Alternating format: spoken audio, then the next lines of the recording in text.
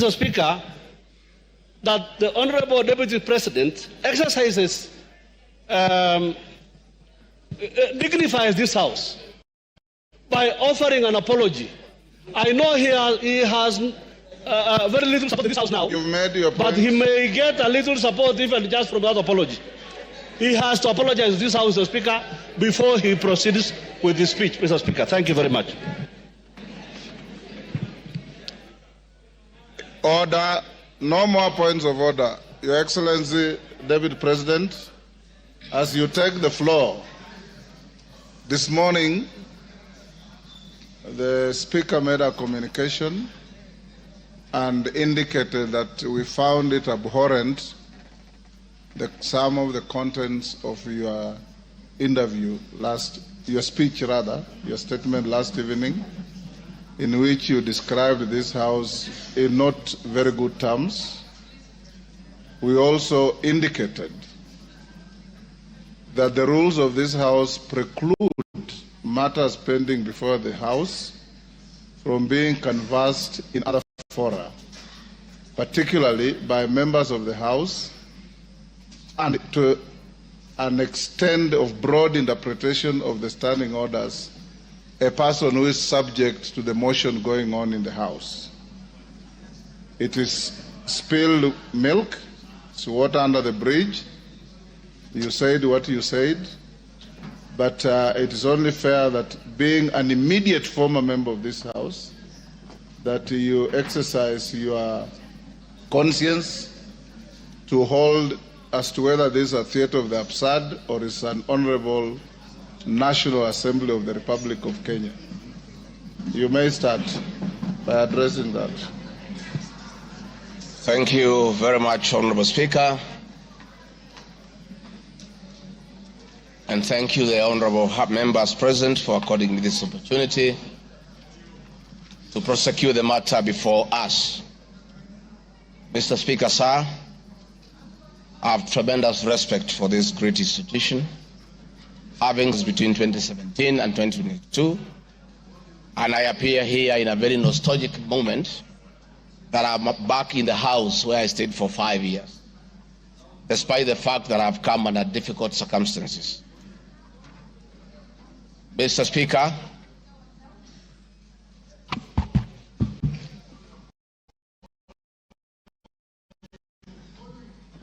maybe the sound people, is that okay now? Mr. Speaker, sir, and all members, I want to thank you for giving me the opportunity. I hope, Your Excellency, you have been advised by your lawyers that you are here to respond to specific issues in the motion. I have my advice. And not to talk generally. I know. Yeah, so rules of relevance will still apply to you as they apply to all members. Mr. Speaker, the motion before this great House alleges that 2 years ago, since assuming office, I have acquired property and wealth whose estimated value of 5.2 billion shillings.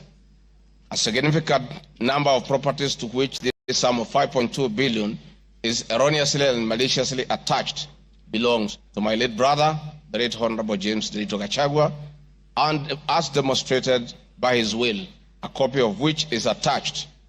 The fact as follows. Olive Garden, my response. The allegations that I own the Olive Garden Hotel is false.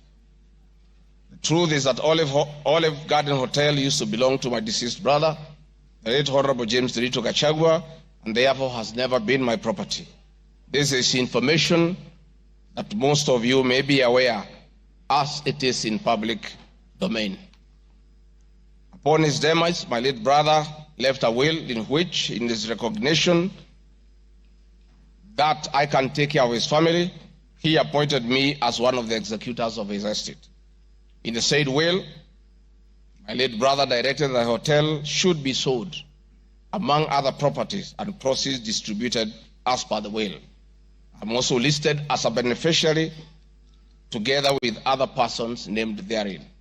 In accordance with these instructions, the hotel was sold by the executors to a third party. Owing to the above, I do not own the hotel and have never owned it contrary to accusation in the motion. For the benefit of this august House and the general public, I have annexed to this response copies of the following supporting documents: my late brother's will, sale agreement dated 17th May 2023, an official search for Olive Garden Hotel Limited. Mr. Speaker, Vipingo Beach Resort, just as in Olive Garden, above this allegation is also false.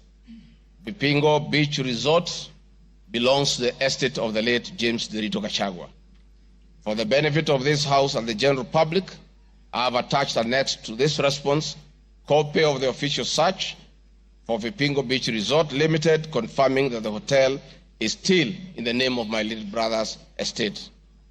Queen's Gate Service Apartments. The allegation is also false, as the property belonged to my late brother. Queen's Gate Service Apartments, registered in the name of Vipingo Beach Resort Limited, was sold to Cooperative Bank of Kenya Limited, Staff Retirement Benefits Scheme, as evidenced by the agreement for the dated 4th May 2022 and a transfer dated 5th October 2022, marked Annex RG 6. Land parcel Ruguru Kiamariga 2023 in Madeira East constituency, which have originally constructed a helicopter landing facility. My response is, I do confirm that I own the above referenced property, which has approximately 2.5 acres in size and which I have planted napier grass for my dairy cows. I purchased the land in the year 2023 for 3.5 million from farm proceeds coming from my dairy farm. I have read through the motion and there is no iota of evidence adduced of the impropriety in the way I acquired this small property. Finally, on this matter, I wish to confirm that there is no helicopter landing facility or this particular parcel on the motion. This part is also false. I attach a copy of the agreement for purchase of this property marked Annexure RG7. 40 acres of land purchased in Kakuret within Kabraine in Nyeri County. My response: I confirm that I own a property, having bought it in 2015, a time when I was not a state officer. I had not even been elected as member of parliament for Kenny, who is present in his house, or I'm not sure whether he's present. Therefore, this property I purchased 10 years ago, and not 2 years ago, during my tenure as deputy president, and as indicated in the motion, the allegation is false. I've read through the motion and there is no iota of evidence adduced of any impropriety in the way I acquired this property. For the benefit of this august House and the general public, I have annexed to this response copy of the agreement for sale and purchase of this property marked as Annexure RG 8. 80 acres of land in Meru County. For the record, I wish to confirm that I do not own 80 acres of land in Meru. This allegation is false. However, in the spirit of full disclosure, I would like to confirm that I have purchased 29 acres of land in Meru, the land of my mother, which I bought on around 9 February 2024 through a loan granted to me by Solution Circle Limited, which I am a member. This said circle has a charge registered against the title, which it continues to hold as security until I fully repay the loan. For the benefit of the august House and the general public, I have annexed to this response copies of the agreement of sale marked RG 9 and a letter dated 15 July 2024 from Solution Circle Limited confirming that they financed the purchase of the property marked Annexure RG 10. Dairy farm in Nyandarua County. My response is I do not have a dairy farm in Nyandarua County, therefore this allegation is false. The land in Nyandarua has no single animal. Companies. The motion alleges there are 22 companies owned by my family members and which have been used to massively launder money and conceal proceeds of crime, corruption, and benefit from influence peddling. My response is the mover of the motion has listed the 22 companies associated with me and has alleged that they have been used to massively launder money and conceal proceeds of crime, corruption, and benefit from influence peddling. I've carefully gone through the motion and have not seen any evidence to support or prove the allegations therein. It is not clear to me how to respond without having seen any evidence incriminating the companies. I would like to be clear that these companies have not been involved in any illegal activities, and I believe that is why the mover of the motion has not tabled any evidence of impropriety with respect to the companies.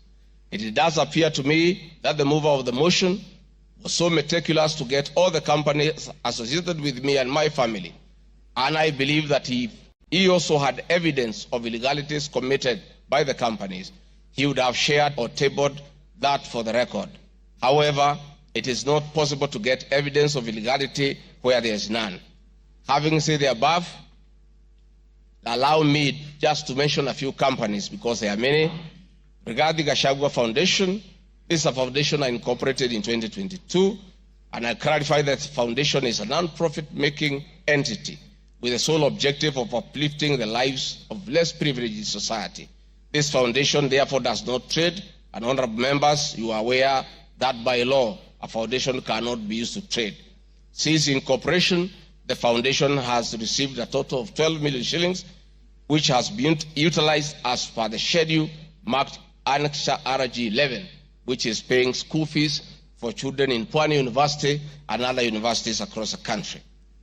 Dorcas Regarding Foundation, because she is not here to defend herself, this is a foundation founded by my wife, Pastor Dorcas, incorporated immediately we came into office as a non-profit making entity for the sole purpose of rehabilitation of drug addicts, widows, single mothers, and orphans.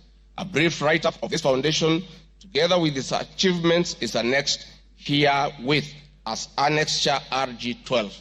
It is in public domain that Pastor Dorcas have been around the country doing work of rehabilitating drug addicts and helping others who have challenges. There are many other companies that are here, but I don't, because this is a house of record, I don't want to bother the members of parliament of going through all of them. I want to probably only talk about Wamunyoro Investments Limited, named after my village in Wamunyoro. This company was incorporated 21 years ago before I became deputy president, and it's a company that holds family property. Mr. Speaker, sir, I have been accused of exerting influence on officials in the Ministry of Lands to issue an allotment letter to Wamunyoro Investments Limited and using the fraudulently acquired documents in support of a court case. My response, Mr. Speaker, sir, and honorable members, I wish to confirm that Wamunyoro Investments Limited has never been issued with any letter of allotment for land in Embakasi. Wamunyoro Investments Limited purchased this land from a third party in the year 2012. The company's ownership of this property has been confirmed through two legal processes. One, a case was filed before the National Land Commission in the year 2016, adjudicated, and a determination was made that this property belongs to Wamunyoro Investments Limited. That was long before I became the Deputy President of the Republic of Kenya. Again, a matter was filed in High Court, case ELC, case number E242 of 2022, which was filed before I became Deputy President. All the documents filed in support of this case were filed in court before I became Deputy President, and no documents have been filed by myself in court upon becoming Deputy President. This being the case, it is not true that I have used my office as Deputy President to manufacture documents filed in this matter. The High Court found that this land legally belongs to Wamunyoro Investment Limited and issued the appropriate direction. This matter has since been challenged in the Court of Appeal. I invite any honorable member who may want to be enjoined in this case to have the liberty to do so. Mr. Speaker, sir, I have been accused in the irregular procurement of mosquito nets at a cost of 3.7 billion. In response to paragraph 45 of ground 7 at page 23 and 42, paragraph 78 and ground 11 at page 36, 37 or 42 of the impeachment motion, I wish to respond as follows. It is not true, as claimed in paragraph 3 of the witness affidavit of Andrew Mulwa, that I was involved in the KEMSA 3.7 billion irregular procurement of malaria nets, either directly or through proxy. Further, Shobika Impacts Limited was not awarded the subject tender as the acting director of procurement, Dr. Justice Kinoti, by letter 5th May 2023, formally notified Shobika Impacts Limited that its bid was unsuccessful because its tender security was not paginated and the tender was hence non-responsive. That is clear at paragraph 4 of the witness affidavit of Andrew Mulwa. He contradicts himself by claiming that on 11 July 2023, I pressured him to surrender the original bid board, yet by the letter dated 5th May 2023, KEMSA had requested for collection of the original bid. Thus, there was no cause to pressure to be exerted on Mr. Mulwa for any other purpose. I am aware of a foreign company known as Shobika Impacts Private Limited, domiciled in India, and which appointed Crystal Kenya Limited as its local agent in the year 2014, that is 8 years before Rigathi Gachagua became the deputy president. To date, Crystal Kenya Limited has complied with the agency terms between itself and Shobika Impacts Private Limited, annexed RG 18, in an appointment agency letter by Shobika Impacts Limited in the year 2014. Sometime in 2023, Kenya Medical Supplies Authority advertised tender number GF-ATM MOL NFM 2022-2023 for supply of long-lasting insecticidal nets using the international open tendering method of procurement on behalf of the Global Fund. The monies for supply of the nets, as per my understanding, was a pure grant from the Global Fund. I am aware that Shobika Impacts Limited still participates in doing business with and has not been debarred by the Global Fund to date. I believe being technically qualified to provide and deliver the goods subject of the tender document, having the financial ability to do so, and without their participation or assistance from Crystal Kenya Limited, Shobika Impacts Private Limited independently participated and submitted in its bid in response to the subject tender pursuant to an invitation by KEMSA. Having not participated in the subject tender, Crystal Kenya Limited did not submit any of the documents in response to the subject tender. Specifically, Crystal Kenya Limited did not submit a bid board or tender security in its name in response to the subject tender. It is therefore not true that Crystal Kenya submitted a fake bid board with an intention to fraudulently acquire public property. It is also not true that with my sons I used Crystal Kenya to massively launder money, conceal proceeds of crime, engage in corruption, and benefit from influence peddling. Subsequently, via the letter 5th May 2023, KEMSA notified Shobika Impacts Limited that it was not successful because the tender security was not paginated, and requested Shobika Impacts Private Limited to collect its bid security from the procurement office immediately. Annexed here to and marked Annexure RG 19 is a said letter by KEMSA dated 5th May 2023. However, EACC commenced investigations of the subject tender, and on conclusion of the investigation by EACC and the Senate on the subject tender, KEMSA's CEO, Terry Ramadhani, who had been suspended on this issue, was appointed Kenya's Deputy High Commissioner in New Delhi, India by President William Ruto. Thereafter, Crystal Kenya Limited, as Shobika Impacts Limited agent in Kenya, followed up in the release of Shobika Impacts Private Limited's bid board tender security on behalf of Shobika. Annexed here to and marked Annexure RG 20 is an email from Shobika Impacts Private Limited email addressed to Crystal Kenya Limited, together with a letter of even date confirming that Crystal Kenya Limited had authority to collect their bid board. KEMSA was mandated to immediately release the bid board, tender security, upon determining that Gachagua Impeachment Private Limited was unsuccessful in the subject tender, and that is why they requested that the same be collected from its procurement office. KEMSA did so, as can be seen in its letter dated 11 July 2023, annexed here to and marked Annexure RG21 in the said letter by KEMSA dated 11 July 2023.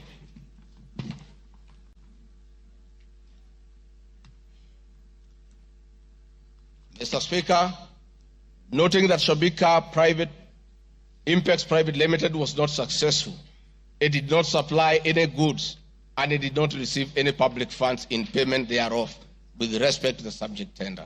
Accordingly, I have not committed any crime under Section 45(1), 46, 47(a)(3), and 48(1) of the Anti-Corruption and Economic Crimes Act and Section 2, 3, 4, and 5 of the Proceeds of Crime and Money Laundering Act.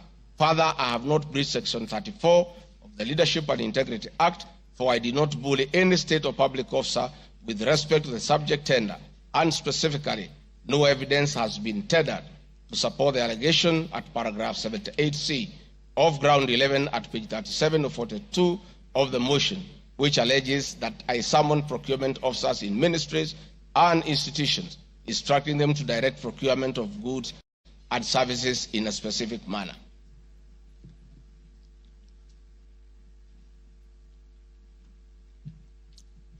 I have been accused of unnecessary and expensive renovation of the official residence of the Deputy President in Karen and Mombasa.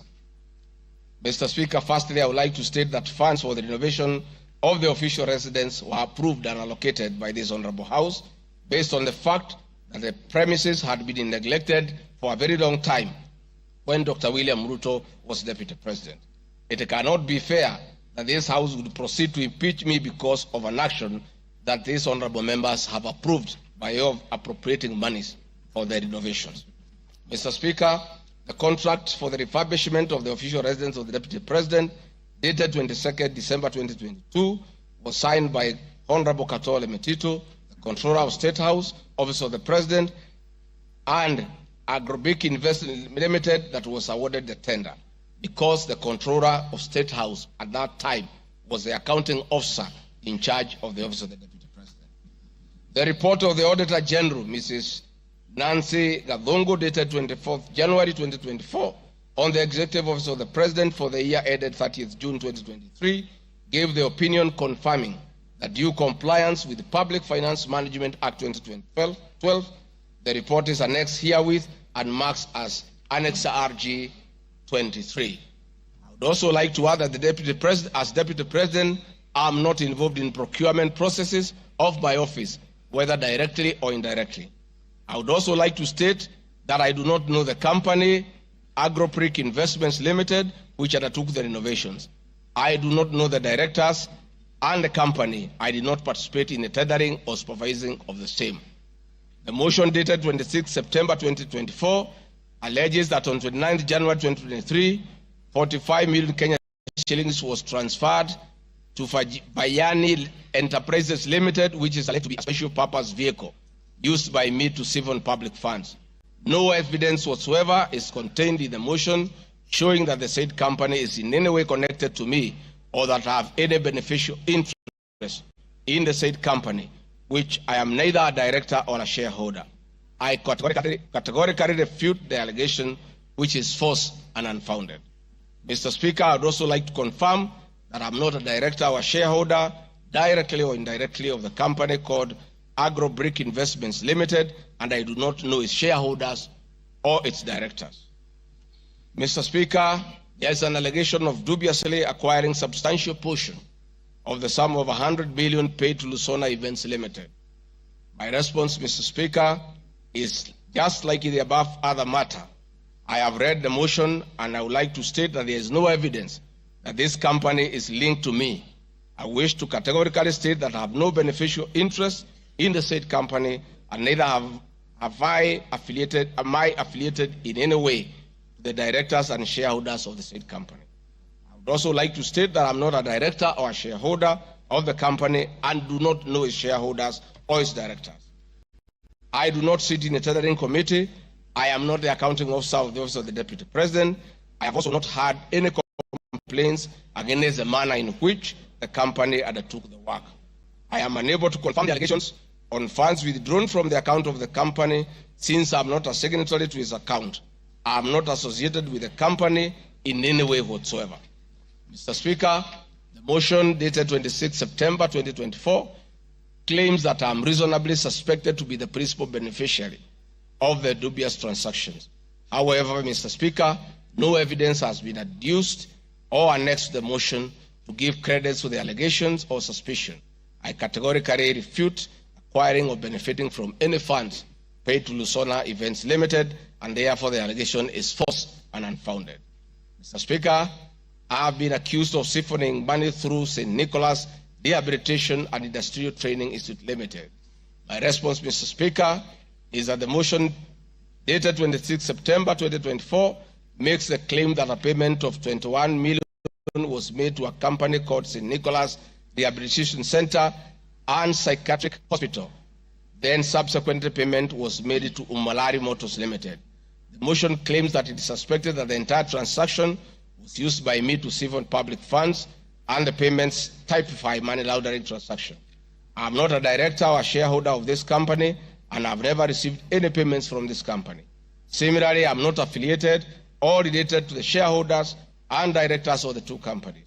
No evidence has been annexed to the motion showing that I was a beneficiary of the funds paid as alleged.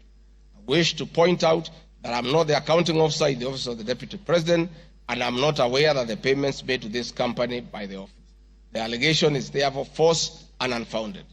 Mr. Speaker, there is an accusation of alleged sensational but false accusations against the Honorable Lady Justice Esther Maina. My response, Mr. Speaker, it is alleged in the special notice motion on ground 4 on page 14 at a gross violation of the Constitution that I publicly attacked the Honorable Lady Justice Esther Maina and forcefully threatened to bring action against her. First, Article 160, Subarticle 5 of the Constitution provides that the judge cannot be found liable in a court of law for actions taken in good faith in lawful performance of their work. This provision is not a bar on freedom of expression guaranteed under Article 33 of the Constitution, nor a bar of the right to seek redress for legal wrongs simply because a wrong is committed by a judge. They exit multiple legal fora in which to take action against a judge for any actions that are not lawful. My statements were protected speech consequent to a decision by the learned judge in a matter involving my personal assets, which I disagreed with and found to be wholly unfair. The matter having been concluded at that stage, my criticism of the decision was not sub judice, nor in any manner prohibited by law. While I respected the ruling of the learned judge, I was in absolute disagreement with it. Contrary to the assertions in the special motion, I did not falsely threaten to bring action against the learned judge. I took actual legal action available to every citizen of Kenya under Article 160B, subsection 2 of the Constitution, which allows any person to petition the Judicial Service Commission for removal of any judge and filed a legal complaint before the Judicial Service Commission, JSC, in March 2024. The complaint being live before JSC, discussion of the conduct of the learned judge in the said manner here would be sub judice. A copy of the complaint is annexed herewith and marked Annexure RG 24.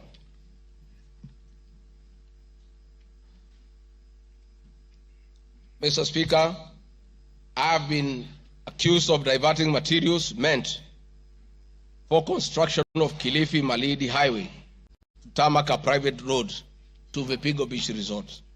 My response, Mr. Speaker, I reiterate that Vipingo Beach Resort is registered in the name of the estate of my late brother, Honorable James Gachagua.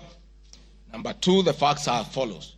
King Charles III visited Kenya between 30th October 2023 and 30th November 2024. During his state visit, one of the designated places where King Charles III was to visit was Kuruitu Marine Conservancy, which shares a road with Vipingo Beach Resort. I have annexed a copy of the program for the state visit to Kenya by King Charles III, marked as Annex RG25, which at page 13 on items 63 and 64 shows his departure and arrival at Kuruitu Marine Conservancy. There are several media reports confirming the visit by King Charles III to Kuruitu Marine Conservancy. I have annexed extracts of the media reports by the Star newspaper dated 7 November and by African News marked as Annexure RG26. My understanding is that the road to Kuruitu Marine Conservancy was upgraded in respect of this visit, which also to benefit the local community, including amenities like Cheriani Secondary School, Cheriani Primary School, a mosque and a public market as part of the corporate social responsibility. I wish to point out that the alleged road, that is Takaungu Shariani Vipingo, is a public road and not a private road leading to any property associated with the Deputy President, but a public road.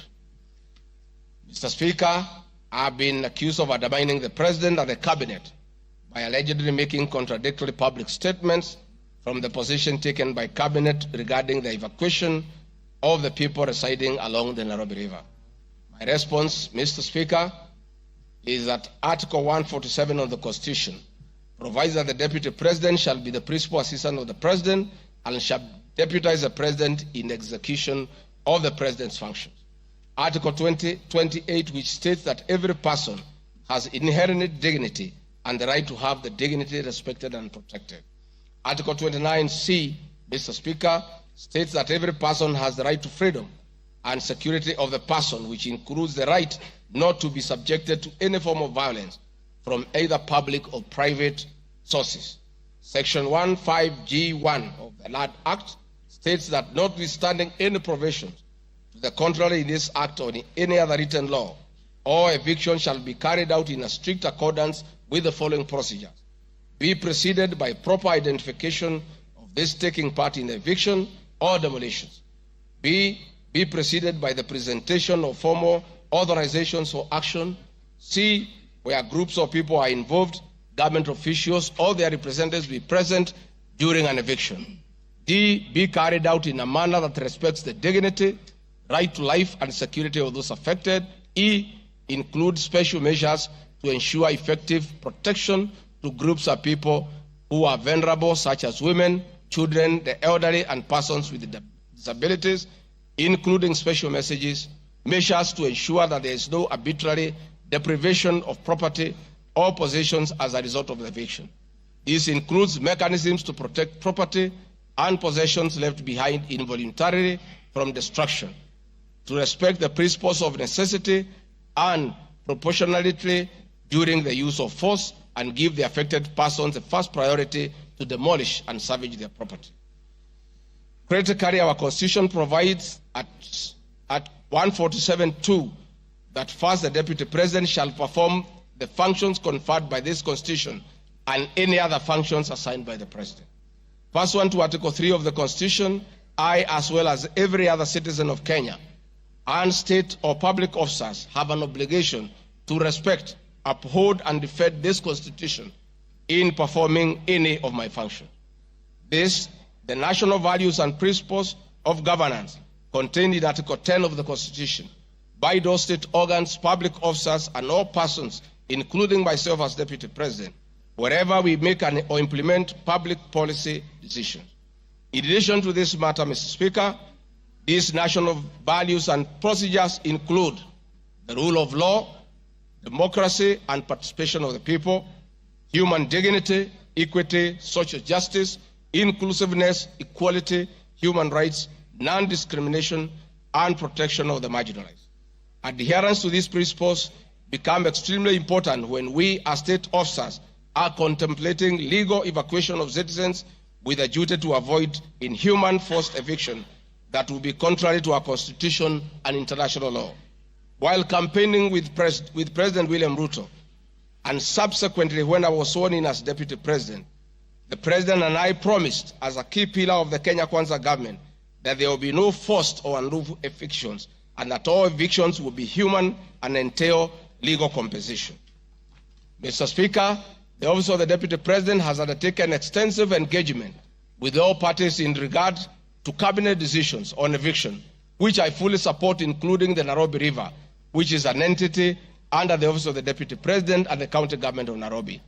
Adherence to these principles become extremely important when we, as state officers, are contemplating legal evacuation of citizens with a duty to avoid inhuman forced evictions that will be contrary to our Constitution and international law.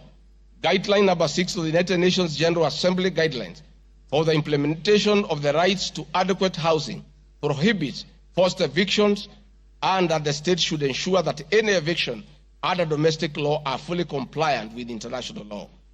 The guidelines further require meaningful engagement with communities to ensure that the rights of residents are implemented cooperatively without the need for eviction procedures or police enforcement. Of government directives on the eviction, save for the fact that on being informed that the persons residing along Nairobi River would be evicted and paid 10,000 shillings only, which I and many other Kenyans felt was inadequate compensation for eviction.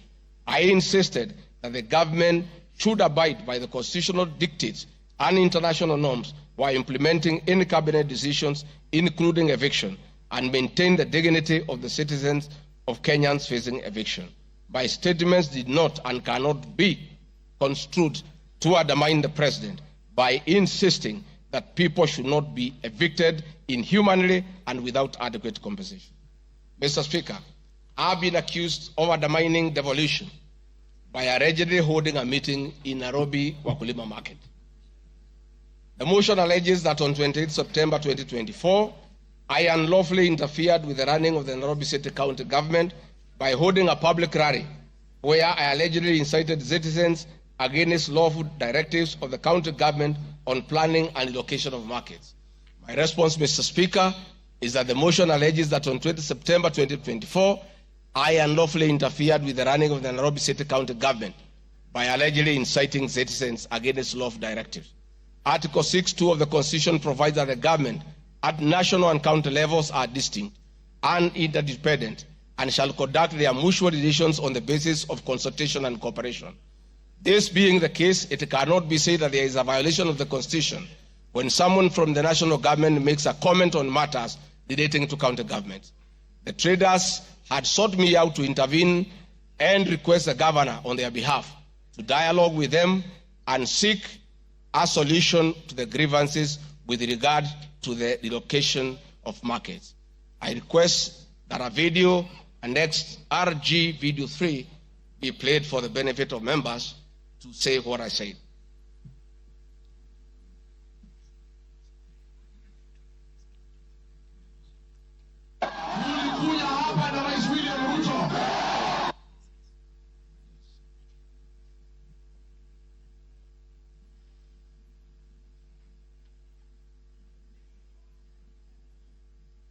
Please play the video for us.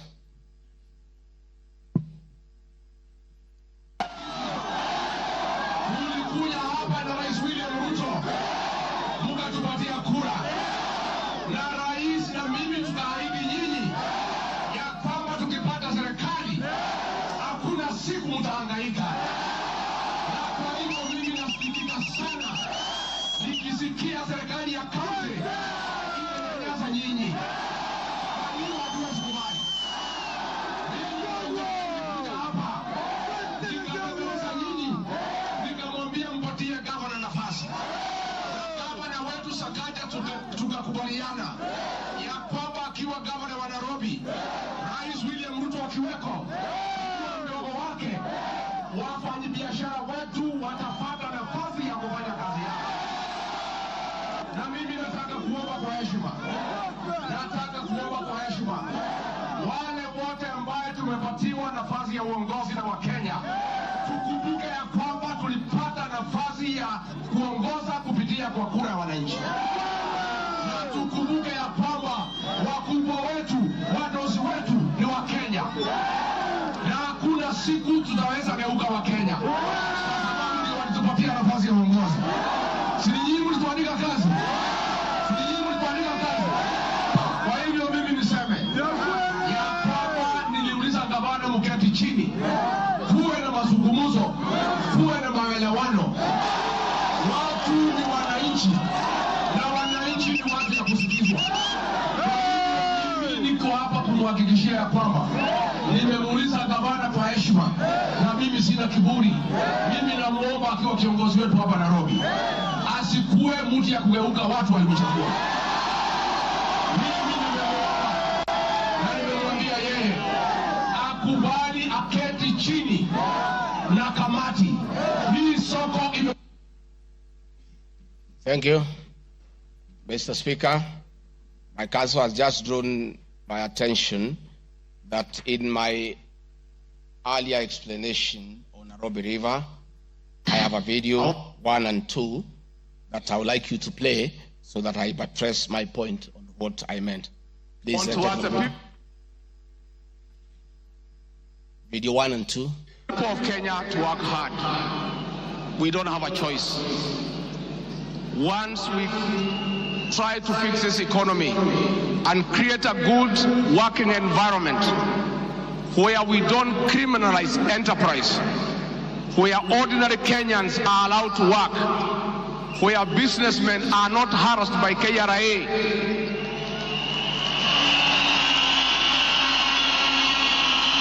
where goods belonging to the people of Kenya will never again be touched by overzealous public servants. Where again poor people will never again be evicted in brutal evictions by state agencies. And I say, freedom is here. Now, the number of fatalities from the ongoing forcible eviction by the government has risen to 3, with another tragic loss in Mathare on Monday. An 18-year-old boy died as a bulldozer brought down a church in the area just moments after President William Ruto left. The young man, who was assisting in salvaging the church's belongings, became a casualty of the demolition. Earlier on Saturday, 2 individuals lost their lives in Mukuru kwa Ruben during a similar eviction exercise. Ben Kirui reports. Monday evening, the ongoing forcible evictions in flood-prone areas tragically ended yet another life. The 18-year-old Ian Otieno lost his life in Mathare moments after President William Ruto left the area where he had been assessing the effects of floods. Bulldozers descended on homes near riverbanks, flattening structures marked for demolition. Winnie Makinda, Ian's mother, struggled to comprehend the loss of her son, a candidate in this year's KCSE.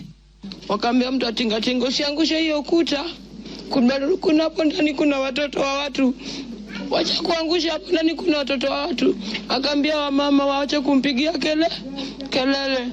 Reports indicate that Ian Otieno was trying to salvage church properties when the bulldozer brought down the wall, leading to his sudden demise.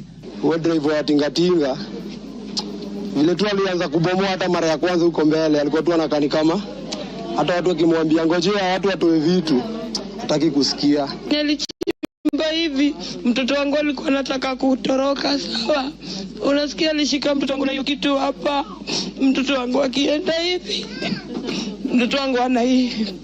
His death led to demonstrations by residents, prompting police intervention.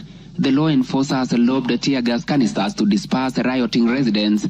Watu wakachukua mwili tena tuonyeshe maskari yenyewe wametulia mtoto.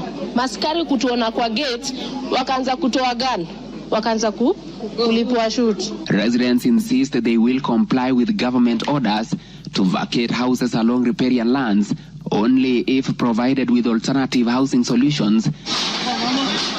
Saturday's demolitions in Mukuru kwa Ruben claimed 2 lives and injured 3 others, sparking outrage among residents who blamed the government for forcible evictions despite many not yet being relocated. Last week, the government mandated the evacuation of all residents from risky areas within 48 hours, including those near dams, those in areas prone to mudslides, and Kenyans residing on riparian lands.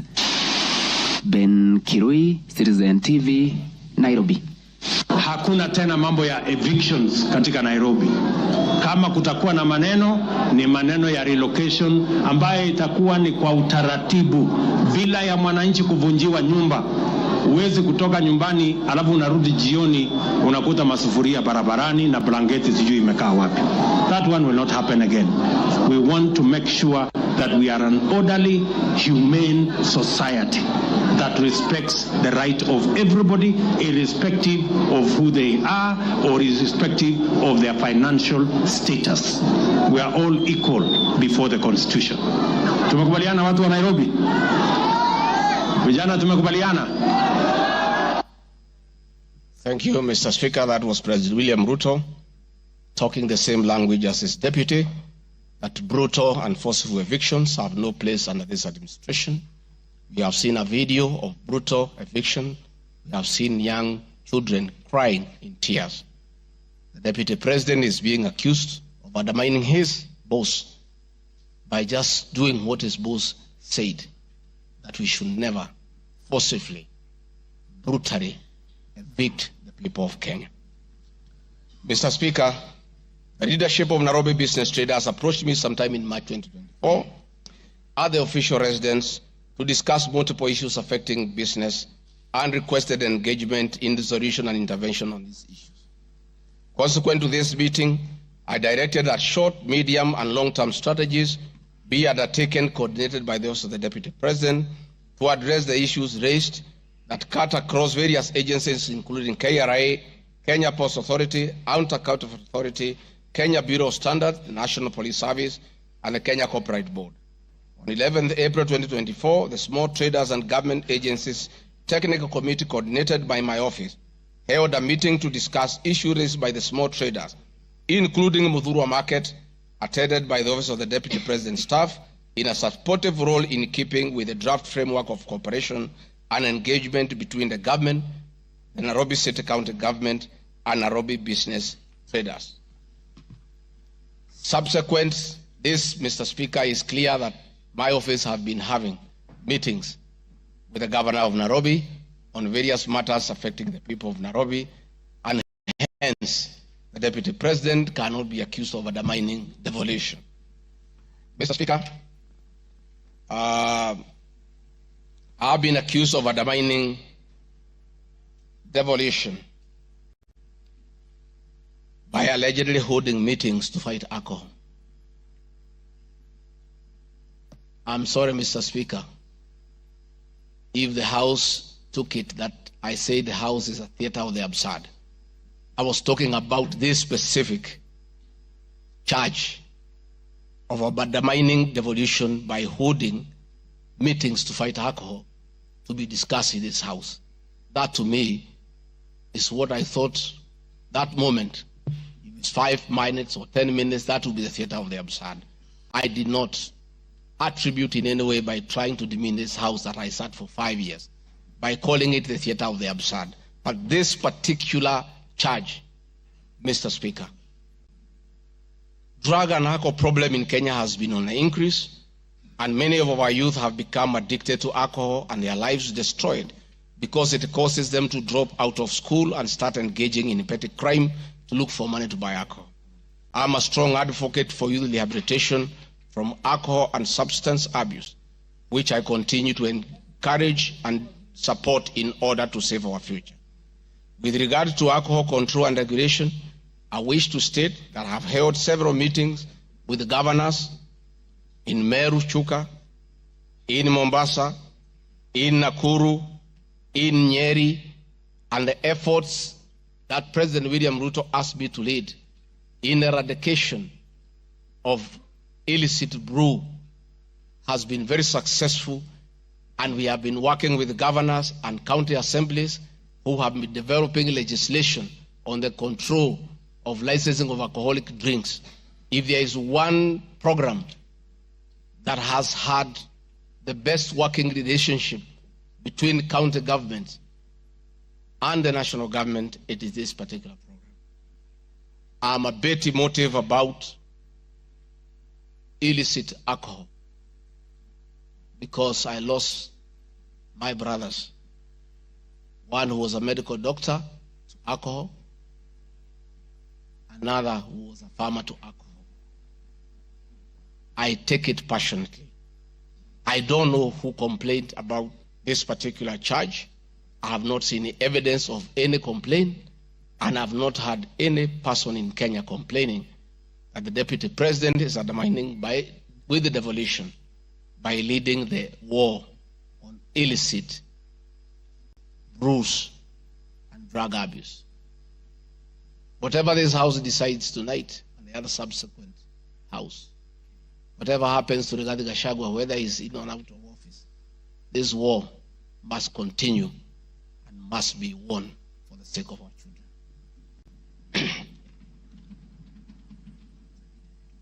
I want us to watch video number 4, RG4. Leaders, those of us who have been elected, Madam Waiguru, Governor Kahiga, Badirisha, Kangata, Wamatangi, what shall we tell our people? Where are we? What shall we tell the people who elected us? When we meet them, what shall we tell them? When our children got wiped out by alcohol and drugs, where are we? We'll have nothing to say. Dede Nyoro, Kimani Ichung'wa, Madenge, mutaambia watu nini? Mukami, mutaambia watu nini? So please, this forum here today, let us be open and candid. Speak from your heart. Let us know what ails us. What is it must we do? We have the support of the president and he is waiting. He has told me by 7 p.m. today, he wants a report. He cannot accept the situation. He cannot. Neither can I. And none of you should accept the situation. It is not right. It is not fair. It is not acceptable. We must deal with it as leaders. And we are here, we are all leaders. As an OCS, you are a leader. That's why you have been given that responsibility. As an ACC, you are a leader. County Commissioner, wewe ni kiongozi. DCIO, wewe ni kiongozi. Sisi ni viongozi. Na juu ya hayo, sisi ni wazazi. Tafadhalini, tukubaliane, tutafute suluhisho. Na tukipata, tuende tufanye kazi. It is possible. It is doable. It is something that we can do. Thank you, Mr. Speaker. It's very clear that the meeting had all governors, members of parliament who are present here today, policemen, everybody, and we are in agreement that the war must be won. It cannot, but the deputy president should be impeached for leading the war on alcohol. Sensational statements against the National Intelligence Service, its Director General, and officers. Mr. Speaker, during the assumption of office, I took an oath of allegiance in the following terms. Oath or solemn affirmation of allegiance to the President, Deputy President. In full realization of the high calling, I assume as Deputy President of the Republic of Kenya, I do swear solemnly affirm that I will be faithful and bear true allegiance to the Republic of Kenya, that I will obey, preserve, protect, and defend this Constitution of Kenya, as by law established, and no other laws of the Republic, that I will protect and uphold the sovereignty, integrity, and the dignity of the Kenyan people. So help me God. That is the oath that I took in Kasarani.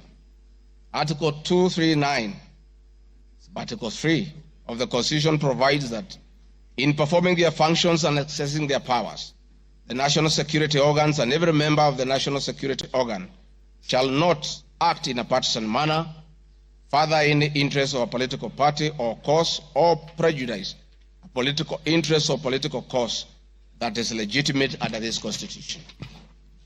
Article 239, Subarticle 5 of the Constitution provides the national security organs are subordinate to civilian authority. In addition to this allegation, I wish to state that the National Intelligence Service holds a very critical role in ensuring the safety and security of our country. They are responsible for gathering intelligence and share it with all our law enforcement agencies to ensure that the country is safe at all times. Consequently, when the country was caught flat-footed with regard to the scope and extent of the public's dissatisfaction Finance Bill 2024, which degenerated in a Gen Z protest. It pointed to the failure of the National Intelligence Service in carrying out its mandate. I am persuaded that the National Intelligence Service ought to have known beforehand that the public was completely opposed to the finance bill, and they ought to have briefed the president before the protest began, and this would have caused a change of tact by government regarding the proposed bill, and the protest which culminated in the loss of innocent lives and destruction of property would have been avoided. Hence, I expressed my opinion on this in my public media briefing in Mombasa, and my utterances were not any different from what happens in other countries when there is a lapse or failure by the intelligence agencies. The nation has witnessed unfortunate instances of several extrajudicial killings, abductions, and disappearances. I firmly believe that if the National Intelligence Service had acted diligently, these instances would not have been witnessed. Under the Constitution, the government agencies are supposed to be accountable to the Kenyan people, including the National Intelligence Service, and calling them out when a dereliction of duty does not amount to undermining them. I am also aware that the Kenya Kwanza government has been at the forefront in calling out officers who do not seem to understand their work. Recently, my boss, the president, publicly complained that there are some PSs and CSs who did not seem to understand their role. Please play for me video number 5, RG5. On President William Ruto has today described some members of his cabinet as utterly clueless and uninformed about the dockets they occupy. And in a sign of trouble for Cabinet Secretary... But the seats on the State House grounds came ultra-heated, particularly for Cabinet Secretaries. The Cabinet members came here to sign performance contracts, but the oral appraisal of the day spurred anything between trouble and outright doom. If you cannot keep time with your employer, you have basically dismissed yourself. I mean, it's just as simple as that. So, for those who came late, who are members of the executive, I will be expecting a written explanation, and it should not include matters of traffic. Punctuality was at issue, with some cabinet secretaries being locked out of State House for lateness.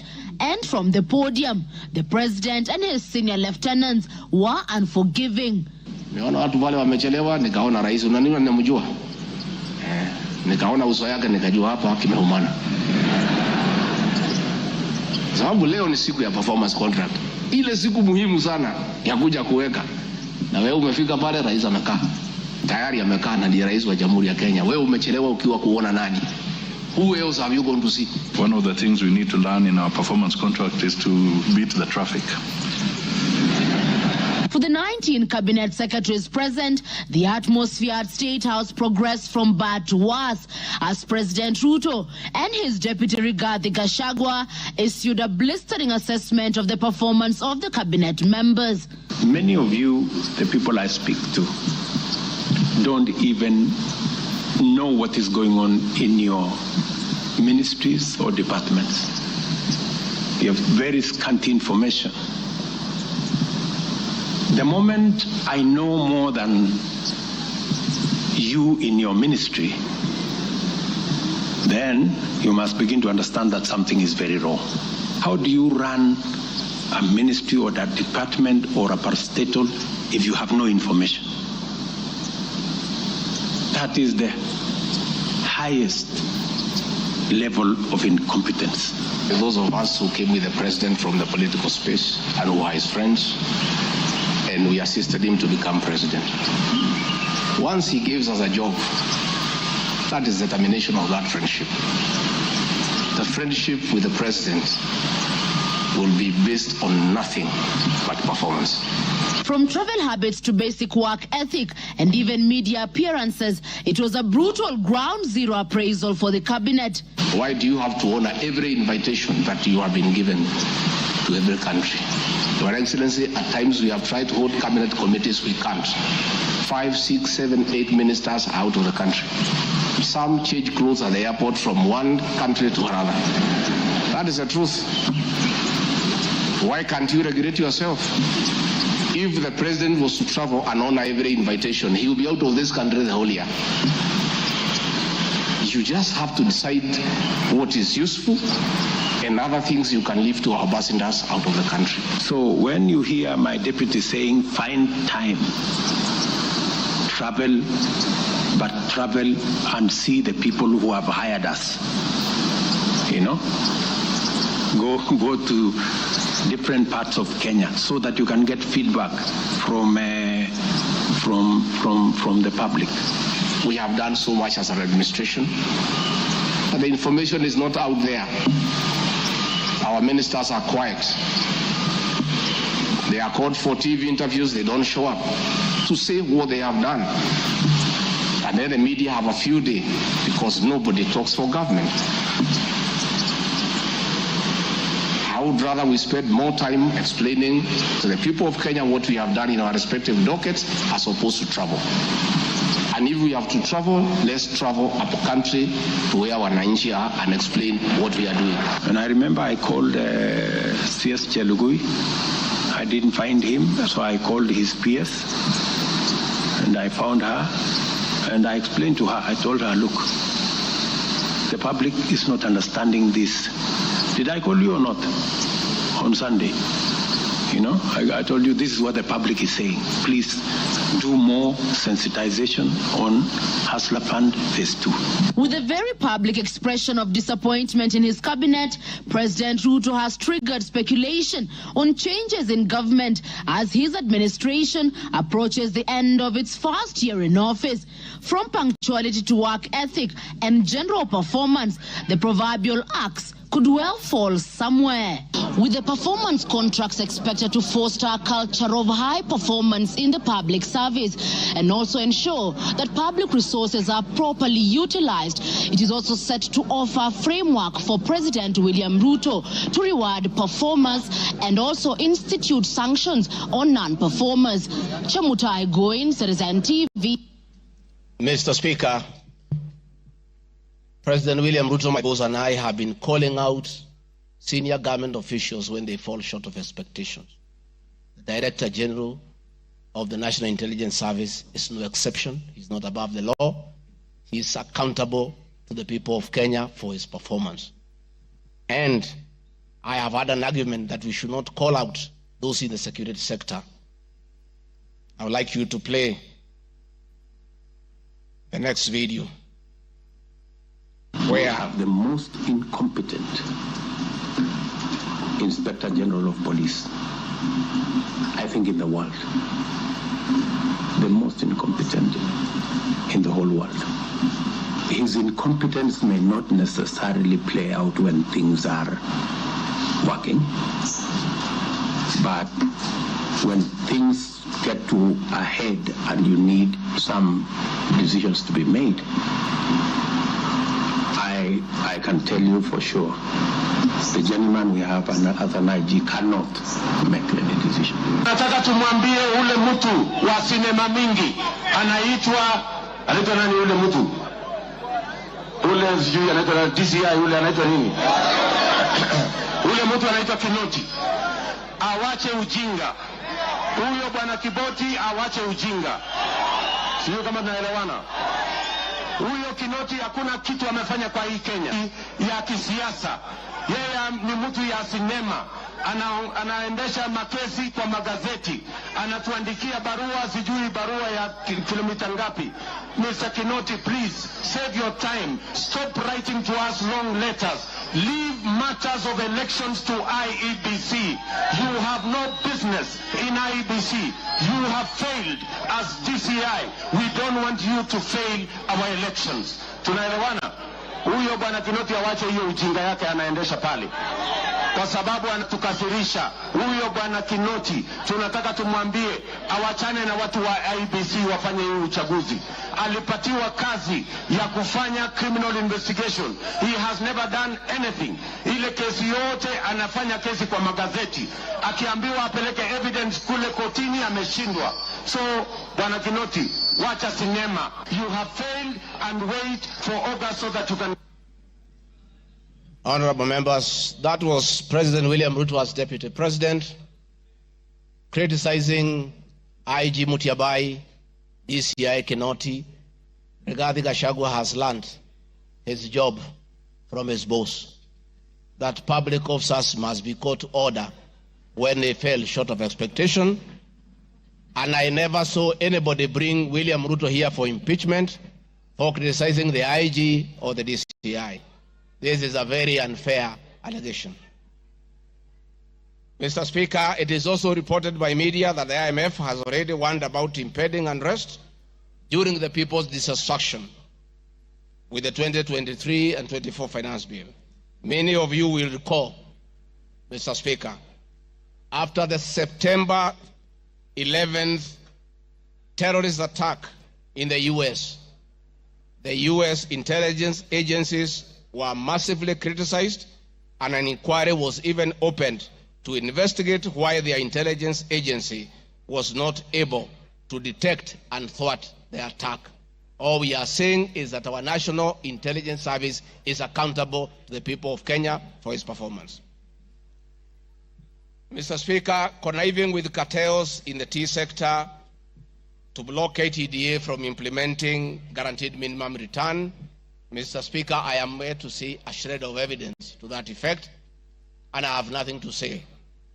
I have seen an allegation that we have not been able to do coffee reforms, Mr. Speaker, out of my work, coordinating coffee reforms, the Cooperative Bill 2023 and the Coffee Bill 2023.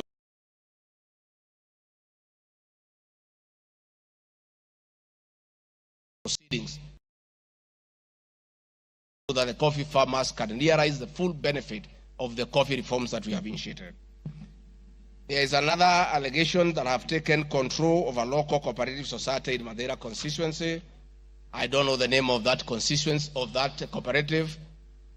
It is false. I am here to see any evidence.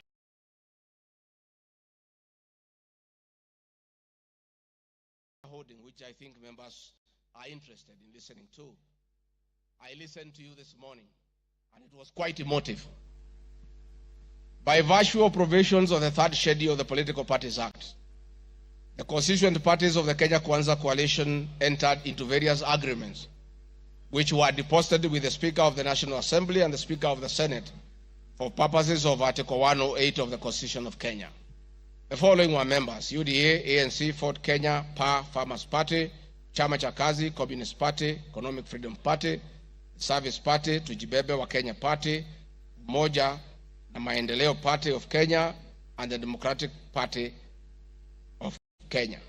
In accordance with the provision of Clause 3, Schedule 3, a power sharing agreement and development agenda for the certain regions of Kenya, I attach copies of these agreements, RG 32. All those agreements talked about specific regions.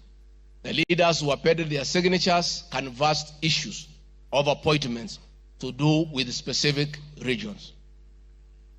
Power sharing agreement between UDA and ANC and Ford Kenya, for example, say that the UDA would nominate the coalition president, the presidential and deputy presidential candidates that was honored. The president would guarantee the stature, the dignity, and financial and operational autonomy of the office of the deputy president, which I have been insisting on because it's part of the coalition agreement. The ANC would be allocated the position of the prime cabinet secretary, which has happened. Ford Kenya would be allocated the position of the Speaker of the National Assembly, and that is why Honorable Masika Wetangula sits here today. In accordance with Article 2 of the Power Sharing Agreement, ANC at Ford Kenya would have a 30% share is a word, of the national government positions. This drives my utterances about shareholding. It is embedded in all these agreements that are attached here for you to read. I heard this morning an honorable member saying that the deputy president said the people of Ukabani will not get resources because they did not vote for Kenya Kwanza government. That is not true. The deputy president of the Republic of Kenya does not allocate resources.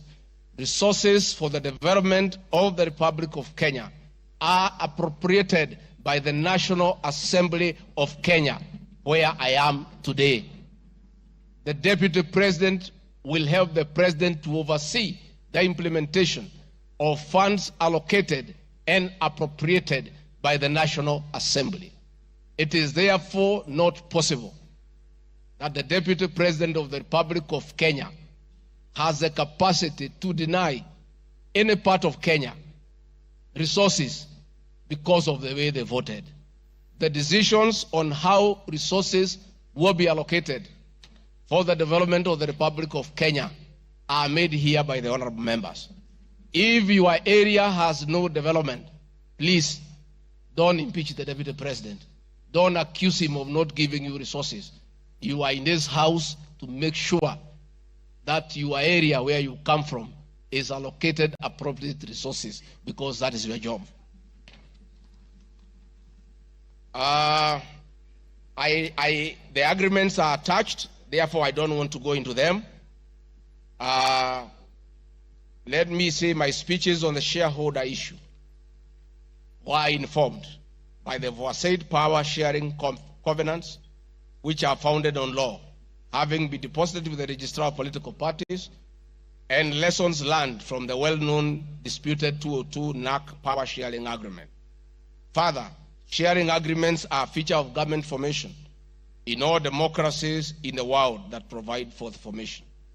My pronouncements on the issue, properly understood, are not only anchored in law, but entirely harmless and incapable of being construed as a basis for ethnic animosity, a danger to national cohesion, or a threat to national unity. On the contrary, coalition building has been one of the most important innovations since the disputed 2007 elections in ensuring stability, equitable sharing of political power, national cohesion, and fostering of national unity. Indeed, Kenya Kwanza main opponent in 2022 general election, Azimio la Umoja Coalition, One Kenya Coalition Party, was a political party consisting of 25 political parties who also executed a power sharing agreement based on shares. I'm also aware that the Jubilee Coalition that executed a 50-50 power sharing agreement between TNA Party and URP Party for 2013 general election have thus not violated Section 13(1)(a) and 62 of the National Cohesion Integration, nor has this commission summoned me to explain any of my comments and how it can affect cohesion. However, notwithstanding the said power share agreement, upon election as Deputy President, I went out of my way, as required by the Constitution of Kenya, to serve all Kenyans regardless of their political preferences during the election or ethnic origin. I now produce the following video showing some of my speeches all over the country as marked RG Video 7.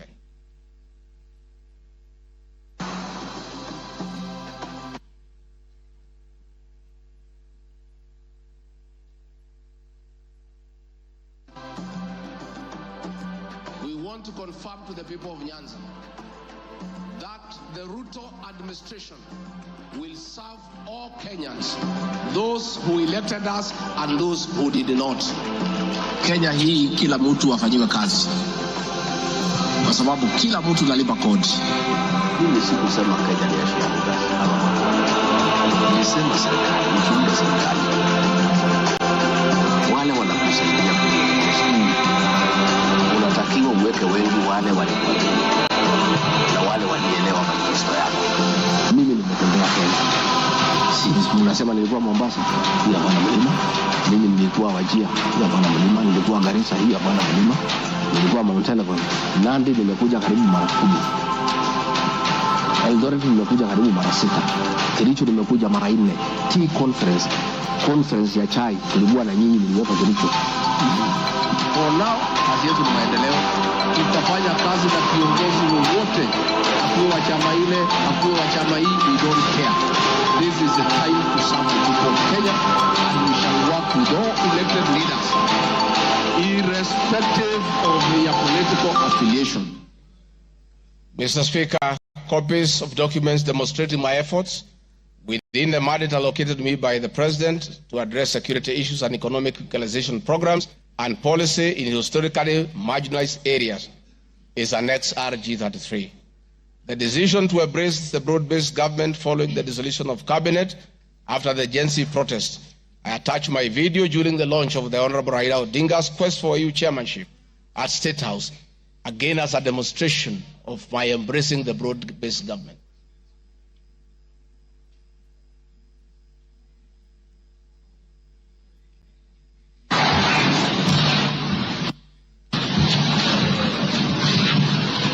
Your Excellency, Dr. William Ruto,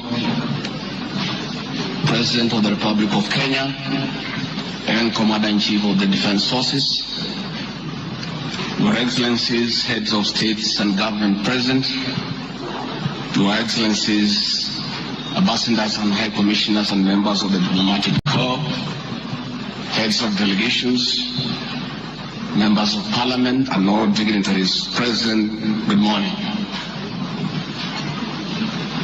Your Excellency,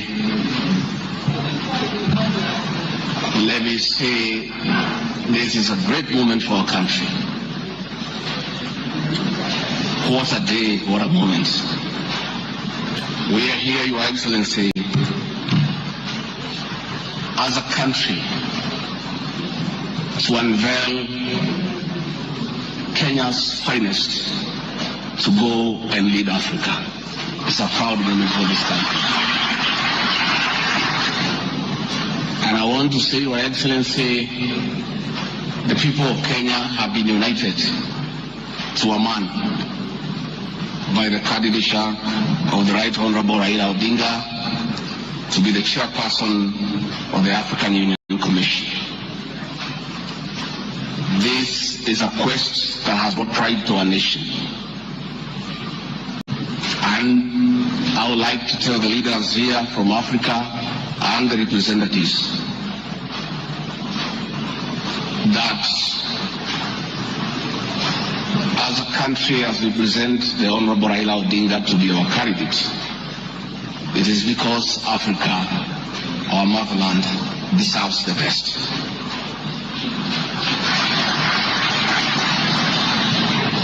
The passion and zeal of the Right Honorable Raila Odinga in Pan-Africanism is well documented. Passion knows no age, knows no limit. In the person of the Right Honorable Raila Odinga, he'll join the ranks of Jomo Kenyatta and Kwame Nkrumah in pushing the agenda for Africa. And therefore, I want to say, Your Excellency, the lessons of today are that Raila Odinga, the Right Honorable, is a man of great resilience, endurance, and perseverance. Today, you are going to unveil the transformation of the Right Honorable Odinga from a national leader to an African statesman. And for us in leadership, we have learned great lessons of resilience, endurance, and perseverance. Somebody may ask, why is Rigathi Gachagua, who has before had issues with the leadership of Raila Odinga? As a truthful man, I have nothing against him. It's only that we were competing for the same position between him and my boss. Now that he is going for a bigger seat in Africa, all of us, from the president, I, and the rest of Kenya, are behind him. And the Right Honorable Raila Odinga, as a man who listens to the ground, let me confirm to you, I've listened to the ground, and all Kenyans across the political divide, across communities, are in support of your candidature, and we wish you well. Before I call Your Excellency, let me acknowledge the place of family, not just in our lives but in leadership. I think it is a great moment for the Right Honorable Raila Odinga appropriate that I acknowledge on behalf of the country the role Mama Ida Odinga has played in the life of this great son of this land. Mama Ida Odinga, we salute you as a country for having been a very strong pillar to your husband in very difficult times, and his worst moments you have always been there for him. We ask families to support their spouses. So Mama Ida Odinga, as we wish you happy birthday, it is my hope and prayer that your next birthday will be celebrated at Addis next year.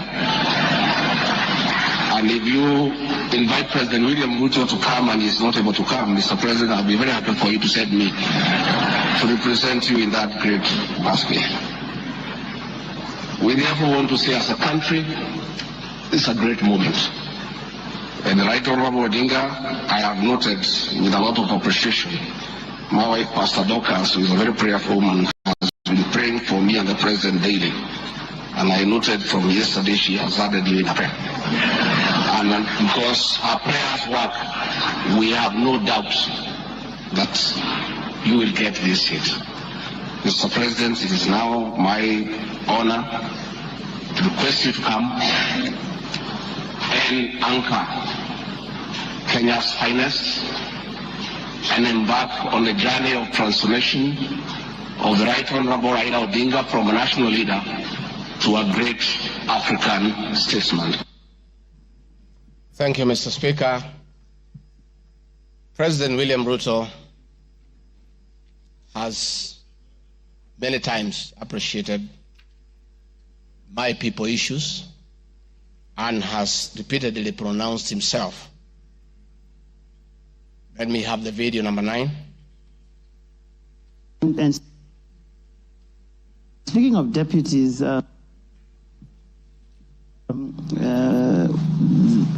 you have in the last few weeks named Mr. Rigathi Gachagua as your deputy. There's been quite a debate, and I'm sure you know that, around running mates in this country. Perhaps this would be a great time to shed light on why you settled on this gentleman.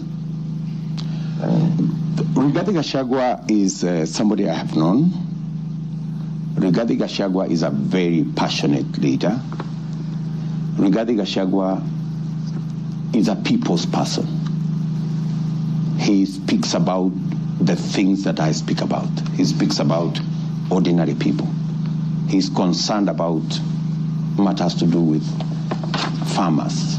He's concerned about the things that are dear to ordinary Kenyans. And the nexus between me and Rigathi Gachagua is the people. He believes in bottom-up the way I do. And that is why I chose Rigathi Gachagua to work with me. Thank you very much. Speaking of deputies... Thank you very much, Mr. Speaker. In addition, and almost in conclusion, I am not the only leader at the national level who has encouraged unity among Kenyans based on shared regional, geographical, and economic and other factors. I have attached several articles. Luya unity is not optional, Moses Wetangula. Ruto puts case for Gema College in unity. Bijikenda unity in the offing. Masai leaders in unity talks ahead of next year's general election. I have attached those articles so that you understand that regions uniting does not mean they unite against other regions. They unite for common issues, common values, and to strengthen them to join other regions for national unity. Mr. Speaker, the motion dated 26 September 2024, tabled before the National Assembly, makes the generalized claims that have committed crimes under national laws. Proceeds of crime and Anti-Money Laundering Act, Penal Code, National Cohesion and Integration Act as anti-corruption and economic crimes. It is on the basis of the claim that it is say that the threshold of impeachment has been met I'm not aware of any active investigations by any state agency for offenses under the said laws, neither have I been called upon to record any step pertaining to any investigation. Just like any other Kenyan, the Constitution accords me the presumption of innocence in relation to criminal offenses until the contrary is proved in a court of law on a specific standard of evidence. Therefore, in the absence of any active investigations by any investigative agency in Kenya, I do not believe that there can be any serious reason to believe that I've committed any offense. Otherwise, that will be an indictment of the intelligence agencies as well as investigative agencies. Therefore, it is inconceivable that the threshold of the impeachment motion as defined in Article 145 of the Constitution can solely be based on the perception of the mover of the motion in the absence of any other evidence. I heard the mover this morning saying that all we need to do is to believe in him. I believe that cannot be the position. We need actual evidence against the Deputy President. The net effect of the impeachment of this basis of allegations of criminal offenses, whose evidence has not been tried and tested in court of law or by bodies mandated to investigate, would be to disqualify me from the possibility of holding public office in relation to Article 99(3) without the benefit of due process of law and exhaustion of the systems of appeal as provided in the Penal Code. Mr. Speaker, I do not wish to respond to the issues I had this morning that are outside the motion. I want to confirm that I have tremendous respect for Kenyan women, and I have never disrespected them. What has happened is that as politicians, there is always propaganda to undermine somebody. I call upon anybody with evidence that I have ever disrespected that person to come out and provide that evidence. I had my very great friend, the Honorable Faith Gitau, say that I disrespect women. Many times I've been to Nyandarua. I've referred to Honorable Faith Gitau as Ngatha. Ngatha is a Kikuyu name for a woman of great respect. That I have done countless times, is on video. Finally, the Honorable Bose Sholei, I heard what you said in Eldoret. I heard this morning that you said I should be charged with treason. But my sister, me, I'm a grateful man. I remember, and I'll never forget, during the last administration when I was arrested on fabricated charges for standing with the President William Ruto against the wish of the government at that time, Gladys Bosholai came and sat with me at DCI headquarters, brought me tea, brought me lunch, sat with me, comforted me.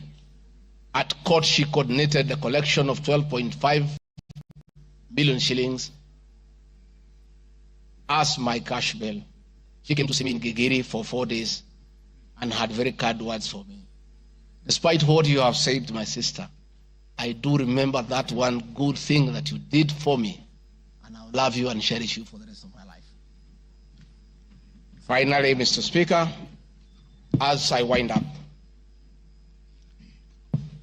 I want to appeal to this Honorable House to consider the allegations against me by the mover of the motion, weigh it against the attached evidence, weigh it against my defense and the attachments and the videos that I've played in this house. And exercise your mind and exercise your discretion. Search your conscience and decide if Rigathi Gachagua is guilty of any of those allegations or is undergoing a political process.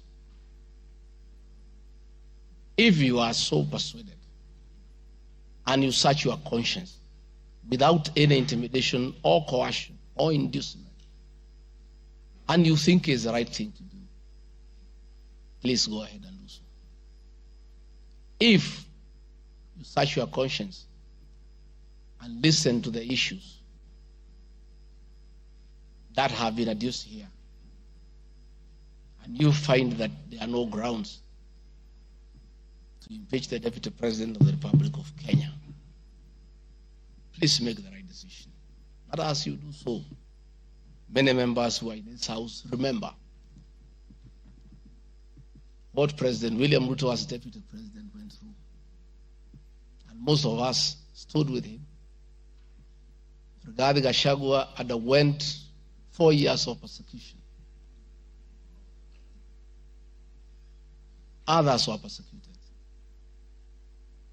But we took a firm stand because we believed we were doing the right thing.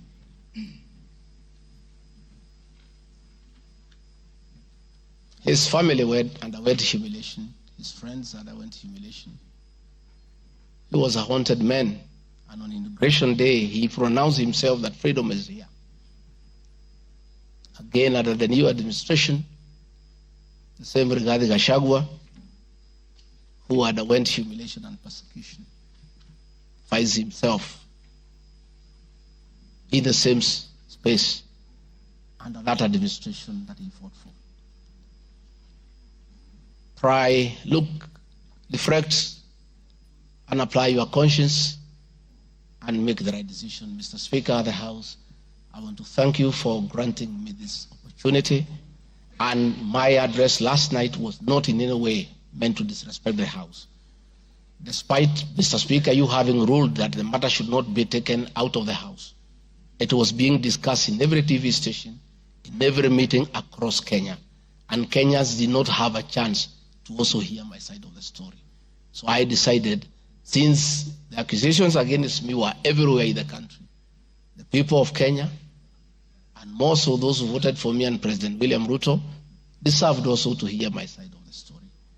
I have tremendous respect for the National Assembly and your ability and capacity to make the right decision.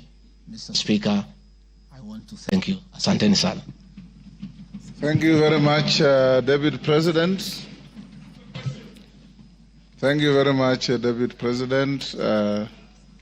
I'm sure your fears that you will not be heard fairly have been allayed. You've been heard in absolute silence. You've been heard with total decorum from the House. And members, I salute you for the display of your legislative maturity in giving an opportunity to a subject to a motion in the person of the Deputy President to be heard. What is it, Rosa? The proceedings are still going on. Who is praying? Yes, Senior Counsel. These proceedings are still going on. Yes, indeed. Mr. Speaker, this is a House of Record, and I had wanted to rise under Standing Order 65, 67A, and 67B. Two of those points you've already covered, Mr. Speaker. It is important that the record reflects that although the standing orders do not require that we listen to the witness in silence, indeed we did. Yes, absolutely. Secondly, that there was compliance with the Standing Order 67B2 in giving the witness a maximum of 2 hours. But there's a third one, Mr. Speaker, which I think should go on record. Standing Order 67A also requires that the witness be entitled to appear in person or with counsel. I see that the witness has appeared with at least 3 counsel, all of whose names should come on record, so that the record shows that counsel were actually allowed to the chamber. I see my friend Advocate Ongoya, my friend Advocate Njiru, so that there is no incompleteness of the record. I beg, Mr. Speaker. That is a fair comment. Counsel for the Deputy President, without making any unhelpful speeches, just put your names on record. I'm sure you have a team leader. The team leader will introduce himself and introduce his accompanying colleagues. Ongaya. Thank you so much, Mr. Speaker, sir, and thank you so much, honorable members. The team representing the Honorable Rigathi Gachagua, the Deputy President in these proceedings, is as follows. Honorable Paul Kibugi Muite, Senior Counsel, Mr. Victor Swanya Ogeto. My name is Elisha Ongoya. Mr. George Sakimpa. Mr. Ndegwa Njiru. Mr. George Wandati. Miss Faith Waigwa. Mr. Murigi Kamande. Mr. Amos Kisilu. Mr. Eric Kiprop Naibei. Miss Julia Omwamba. Mr. Tom Maina Masharia. Mr. Willis Echesa. And Mr. Andrew Moga. And that is all. Thank you. And apart from the three of you, the rest are within the precincts of Parliament? Within the precincts of Parliament, except for Senior Counsel Paul Kibugi Mwite, who sought to be excused from attending today, but is part of this team, and we are under his supervision and guidance. Thank you. From here, we'll proceed as follows. Deputy President, if you wish to leave, you are at liberty to do so with your team.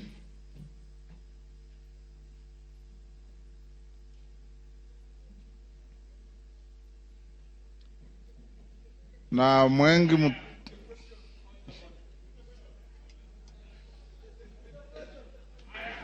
Yes, Kaluma. I thank you, Honorable Speaker. Honorable Speaker, our prayer at the end says that we always be fair to those who are committed to our church. And Honorable Speaker, in his address to the House this afternoon, the Deputy President appears to have referred to some documents. I know we are moving towards the end of this particular session in considering this matter. And Honorable Speaker, I want to thank you for upholding Article 47 of the Constitution on the right to fairly and secure procedural fairness to every party as required by our Constitution. I wanted to ask Honorable Speaker that so that we consider what the Deputy President is saying in the documents, would I be in order to request the indulgence of the Speaker within the provisions of Standing Order number 1 to adjourn for at least 10 minutes so that we consider what the Deputy President's documents have and come back and make the decisions we need to make. Thank you, Honorable Speaker. The request does not meet my favor. Where's Mutuse? Mutuse, you have 30 minutes to reply before I call the minority leader and the majority leader. Will you exhaust your 30 minutes or you want to share out to anybody? I got an indication that you wanted to share 10 minutes to Kaluma. Pardon? I know. I am organizing the process. He's not going to be... I'm aware, Robert. Mr. Speaker, I will share 10 minutes to senior learned friend Mr. Peter Kaluma, 5 minutes to Deputy Majority Leader, who was my seconder, and I will utilize the rest, which is 15 minutes. Yes.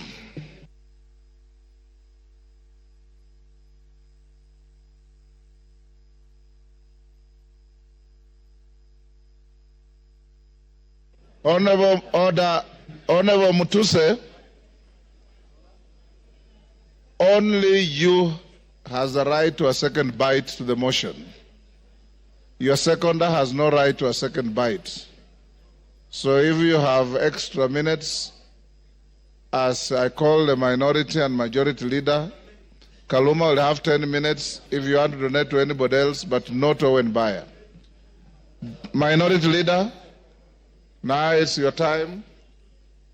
You have 15 minutes. Mr. Speaker. Mr. Speaker, thank you for according me this opportunity. From the onset, Honorable Speaker, the minority supports the motion on removal from office by impeachment of Honorable Rigathi Gachagua because, Mr. Speaker, he is unfit to hold office in Kenya, and yesterday it was clear to all Kenyans to see for themselves the danger this country is in, Mr. Speaker. Mr. Speaker, the impeachment of the Deputy President is not merely a procedural step. Rather, it's a reflection of our commitment to accountability and the rule of law in this country, Mr. Speaker. Honorable Speaker, the integrity of government and the stability of our nation is at stake, Mr. Speaker, as we speak this afternoon in this House, this evening, Mr. Speaker. Honorable Speaker, national security is at stake. Honorable Speaker, the economy is at stake. Honorable Speaker, the DP, since he assumed office, we have witnessed nothing but abuse of power, discrimination against communities, insubordination, disregard for the two levels of government, corruption, bullying, and many other actions that undermine the rule of law, Mr. Speaker, as well as actions that are unethical, illegal, and that severely breach public trust as contained in the motion by Honorable Wenge Mutuse, Mr. Speaker. Honorable Speaker, in supporting the removal of the Deputy President from office, we are rejecting the invitation by Honorable Rigathi Gachagua to accept tribal bigotry, Mr. Speaker, skewed resource allocation, and the exploitation and domination of minorities as fait accompli in Kenya, Mr. Speaker. Mr. Speaker, before I move forward, or before I go on with what I wanted to say on the motion, Mr. Speaker, I would like to take this chance first to respond to some of the issues that he has raised in the House a few minutes ago, or his responses, Mr. Speaker. In the first place, his response has come very late in the day to the House, Mr. Speaker. He tabled his response at 4 p.m. in the evening today, Mr. Speaker, and he should have done it either yesterday evening or this morning, Mr. Speaker, so that the House can get enough time to peruse what he has said, Mr. Speaker. Mr. Speaker, one of the grounds that is being accused of Mr. Rigathi Gachagua for impeachment, Mr. Speaker, is the issue of what he calls shareholding, Mr. Speaker. He has said Kenya is a company with shareholding. But in his response, he comes here and tells the House that he did not mean that. What he meant is that he was talking about political parties, Mr. Speaker, and listed the political parties that have formed coalitions within Kenya Kwanza, Mr. Speaker, including Ford Kenya, ANC, PA, and all other parties that have formed what is called the Kenya Kwanza coalition, Mr. Speaker. Mr. Speaker, I want to contradict what he said by saying that political parties are national in nature. Ford Kenya is a national party. ANC is a national party. All the political parties that formed a coalition with Kenya Kwanza are political parties that are of national, Mr. Speaker. Mr. Speaker, in this country, under the Constitution, you are not allowed to form a tribal party. You are not allowed to form a religious political party, Mr. Speaker.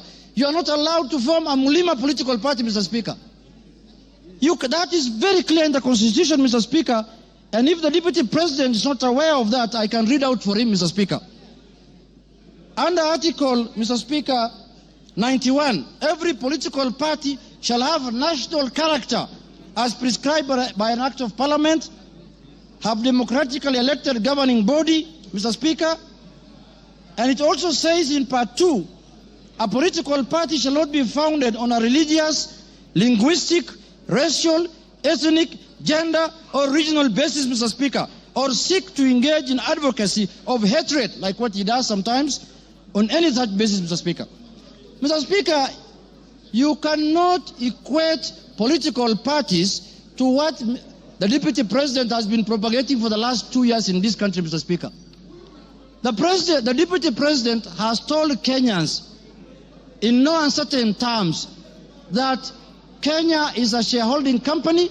Order, honorable members. And if you do not vote, for Kenya Kwanza, you do not have any shares, Mr. Speaker. Order, Yegon, and your team. Ngong. Mr. Speaker, members now are excited because they are not happy with the response the deputy president has given them. Now they want to vote and go home. I know what they are doing.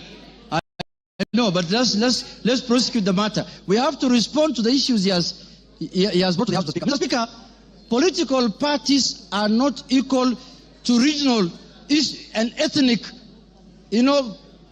conglomerations that the deputy president has been advocating for the last 2 years, Mr. Speaker. Mr. Speaker, I want to give him a good example like ODM.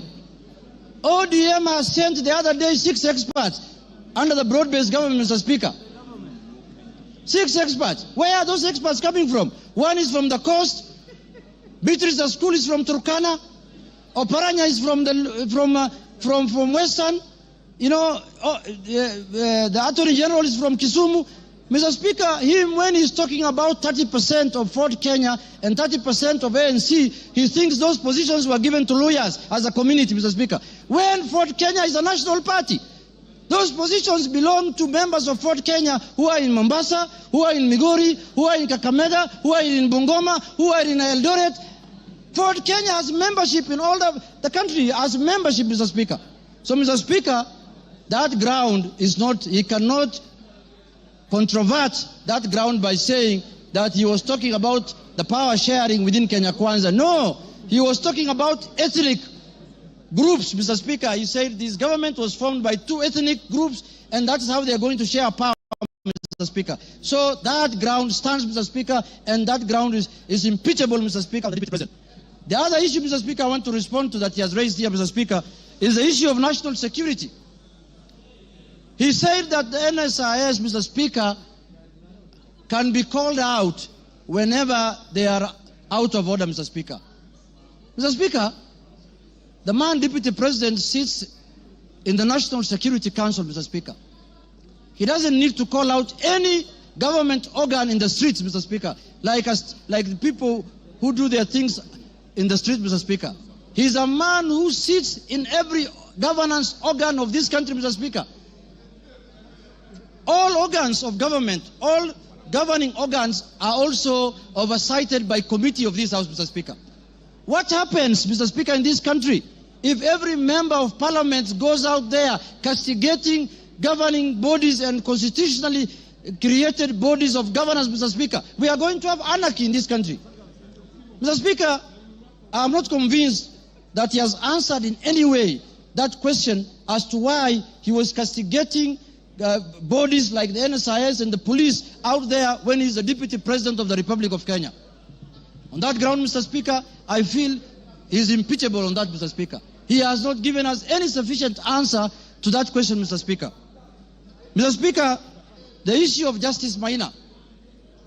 He said that he was not attacking her because of the judgments she rendered against him, Mr. Speaker. And he said that he had filed a petition with the Judicial Service Commission, Mr. Speaker. He who wants equity must come with clean hands. You cannot castigate a judge in the rallies, in burials, and then you want JSC to listen to you. You can't have both ways. If he wanted JSC to deal with that matter, if he was unhappy with the way the judge has handled his case, Mr. Speaker, he should not have castigated her in a burial, Mr. Speaker. He should not have talked about her in a very demeaning manner, Mr. Speaker. He should have kept his cool and filed his petition with the Judicial Service Commission, Mr. Speaker. On that account, Mr. Speaker, he has failed the leadership and integrity, Mr. Speaker, under the Integrity Act, Mr. Speaker, and on that account, he is impeachable, Mr. Speaker. My last point, Mr. Speaker, is the issue of the renovation of his house in Karen, or the official residence of the Deputy President Karen, Mr. Speaker. You remember the Deputy President, when he was assuming office, when he was taking oath of office at Kasarani, Mr. Speaker, the way he lectured us, the way he told us that they have inherited empty coffers, Mr. Speaker. There is no money in this country. The former regime has looted and gone with everything, and goes ahead after 2 months to renovate his house, his official residence, with over 100 million, 45 million shillings, Mr. Speaker. Imetoka wapi, Mr. Speaker? Where has that money come from? Where has that money come from? He has not convinced us in any way how that money was spent, how those companies were paid, and on that account, Mr. Speaker, because of misuse of public resources, he is impeachable on that account also, Mr. Speaker. Mr. Speaker, selves the new constitution in 2010.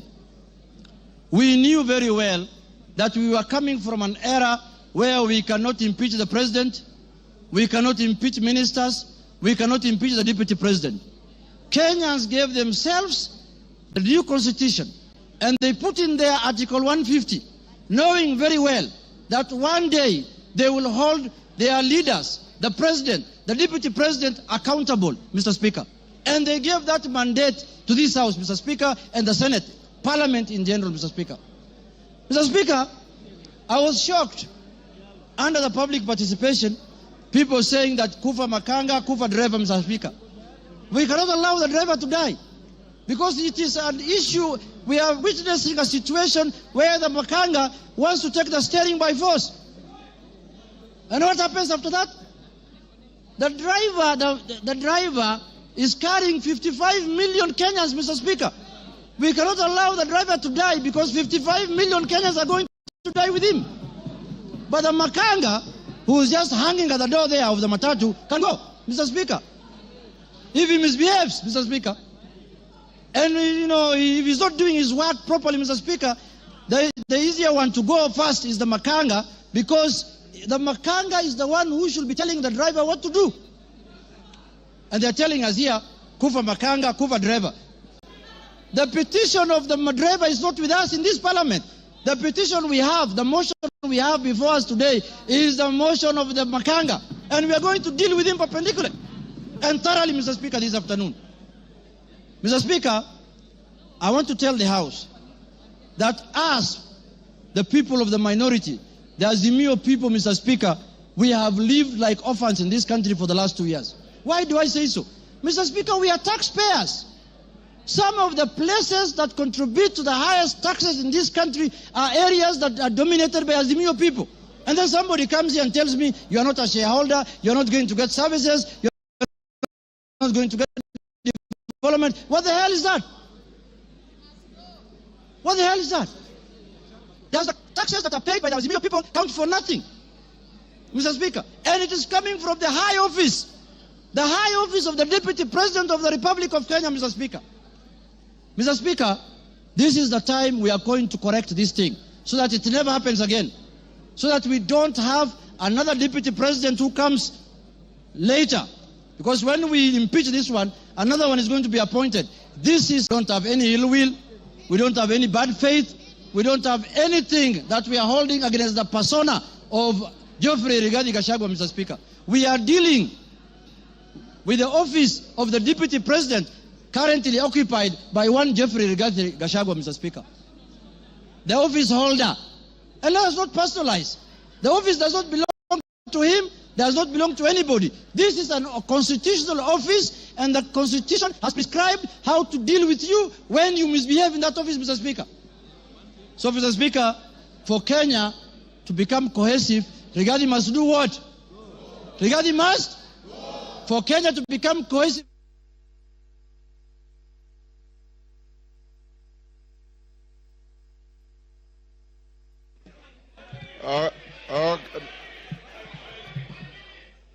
Okay, give him 1 minute. Mr. Speaker. Give him 1 minute. Mr. Speaker, I was telling members, for Kenya to unite, Rigathi must. For Kenya to prosper, Rigathi must. For Kenya to have unity, Rigathi must. For shareholding to end in Kenya, Rigathi must. For us to have a peaceful country, Rigathi must. Thank you very much. That is the mood, and that is what we are going to do. Thank you, Kimani Ichung'wah.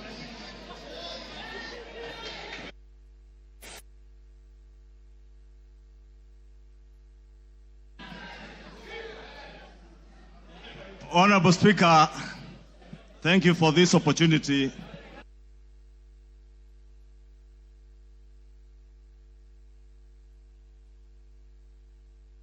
Honorable Ekomas Mutuse, the member for Kibwezi West, approached me with the impeachment motion. Honorable Speaker, I took some time not just to go through the grounds that he had stipulated for the impeachment of the Deputy President, but also to reflect on what Honorable Mutuse was asking me, not just as a member of parliament for Kikuyu and leader of majority party in this house to do, but also took time to reflect and ask the Almighty God to guide me and give me wisdom to do the right thing. Honorable Speaker, I pray to God that the Almighty God may give me wisdom to do that which is right. And not just what is right, Honorable Speaker, but also what is just. Just to the outgoing Deputy President of the Republic of Kenya, but also just, more importantly, just to the people of Kenya who turned out in their numbers in 2022 to vote in a government that they believed would create cohesion and unity and offer them opportunities to excel and prosper as a people. Honorable Speaker, as I prayed for wisdom, I was also conscious that what is right is not always easy. And what is right is not always popular. And being a son of the mountain, representing people of the mountain region, Honorable Speaker, it was clear to me that what may be popular today may not be right. And that is why I asked God to give me the wisdom to do that what is right, Honorable Speaker. And I am here today to do what is right for the people of Kenya. I am here to do what is right, not just for the people of Mount Kenya. I am here to do what is right for the greater good of the Republic of Kenya, Honorable Speaker. And that is why I rise to support this impeachment motion, Honorable Speaker. Honorable Speaker, having listened to Honorable Mutuse and all the grounds, and having looked at the Constitution, Honorable Speaker, and I would beg for us to look at Article 150 on the removal of a Deputy President, the reasons as to why you may remove a Deputy President from office. The first one is on the ground of physical or mental incapacity to perform the functions of that office. We have no capacity to determine the physical and mental capacity of the Deputy President, Rigathi Gachagua. But on impeachment as a second ground, the first ground is on the ground of a gross violation of a provision of this Constitution or any other law. The question that begs is whether one Rigathi Geoffrey Gachagua has contravened or has grossly violated one provision of our Constitution. And I think the Honorable Ekomas Mutuse was able to demonstrate this morning that Rigathi Gachagua has violated not one, but over 8 provisions of our Constitution, which I agree with the Honorable Mutuse. And for that reason, Rigathi Gachagua ought and must be impeached today. The second ground, Honorable Speaker, is where there are serious reasons. And Senior Counsel Otiende Amolo went to great length this morning to explain what serious, when you believe there are serious reasons that the Deputy President has committed a crime under national or international law. Honorable Speaker, behind the veneer of humility that you have seen here this evening, behind the veneer of humility that Kenyans saw on national TVs on Sunday, pretending to apologize, is a dark face of violence. Is a dark face, Honorable Speaker, that is a great danger to our nationhood. a great danger to the unity of our republic, Honorable Speaker. A danger to the cohesion, Honorable Speaker. On the first ground, Honorable Speaker, on the remark of serikali ni kampuni, it pains me, Honorable Speaker, as I say, not just as leader of majority, but as a member of parliament of Kikuyu constituency, and also as a son of the mountain, where I come from. That, Honorable Speaker, today, the community I come from is being depicted as a community that is entitled and privileged. We are a community, Honorable Speaker, that has love for other Kenyans and other communities in our republic. We are a community that is known for our hard work and resilience, not for entitlement. We are a community that is peace-loving and that believes in the unity of one indivisible nation and Republic of Kenya. Rigathi Gachagua does not believe in an indivisible country. He believes in parochial, selfish, regional, and sectarian interests. And for that reason, Honorable Speaker, we ought and we should impeach the Honorable Rigathi Gachagua. Honorable Speaker, we need to ask ourselves as honorable members of parliament, who took an oath of office, Honorable Speaker, and we swore in the name of the Almighty God that we would obey, respect, uphold, protect, and defend this Constitution. And today, Honorable Speaker, what we are being asked to do is to recall those words of the oath of office that we all took, either with the Bible or with the Holy Quran in our right hands, Honorable Speaker, that for a man who has grossly violated our Constitution, whether we will stand up today to be counted as protecting and defending this Constitution by sending home one Rigathi Gachagua, Honorable Speaker. I want to say I rise to the occasion today to do what is right and to reaffirm that oath that I took with the Bible in my right hand, to obey, to defend, and to protect this Constitution that we all sought to defend. And I call upon all of you, honorable members, to defend this Constitution. Honorable members, for Kenyans around the country who watched in disbelief as the Honorable Rigathi Gachagua went to great length, and the Honorable Otiende Amolo told us this morning, if you have to spend 2 hours on national TV to defend corruption and tell the world how you are not corrupt, you are definitely corrupt. Honorable Speaker, the Deputy President with his legal team submitted their defense late at 4 p.m. this afternoon, imagining that we will not have the time to go through this voluminous document. If you go through what Rigathi Gachagua was telling you here, on Olive Garden Hotel, he claims that this hotel was sold by executors to a third party. Honorable Speaker, if you peruse through the documents, the third party that is said to have bought this hotel, Honorable Speaker, and allow me, Honorable Speaker, first to tell you that the joint executors of the will of the late Governor Nderitu Gachagua were Rigathi Gachagua, Advocate Njoroge Regeru, and one Mr. Mwai, who was said to have been his great friend, Mwai Madhenge.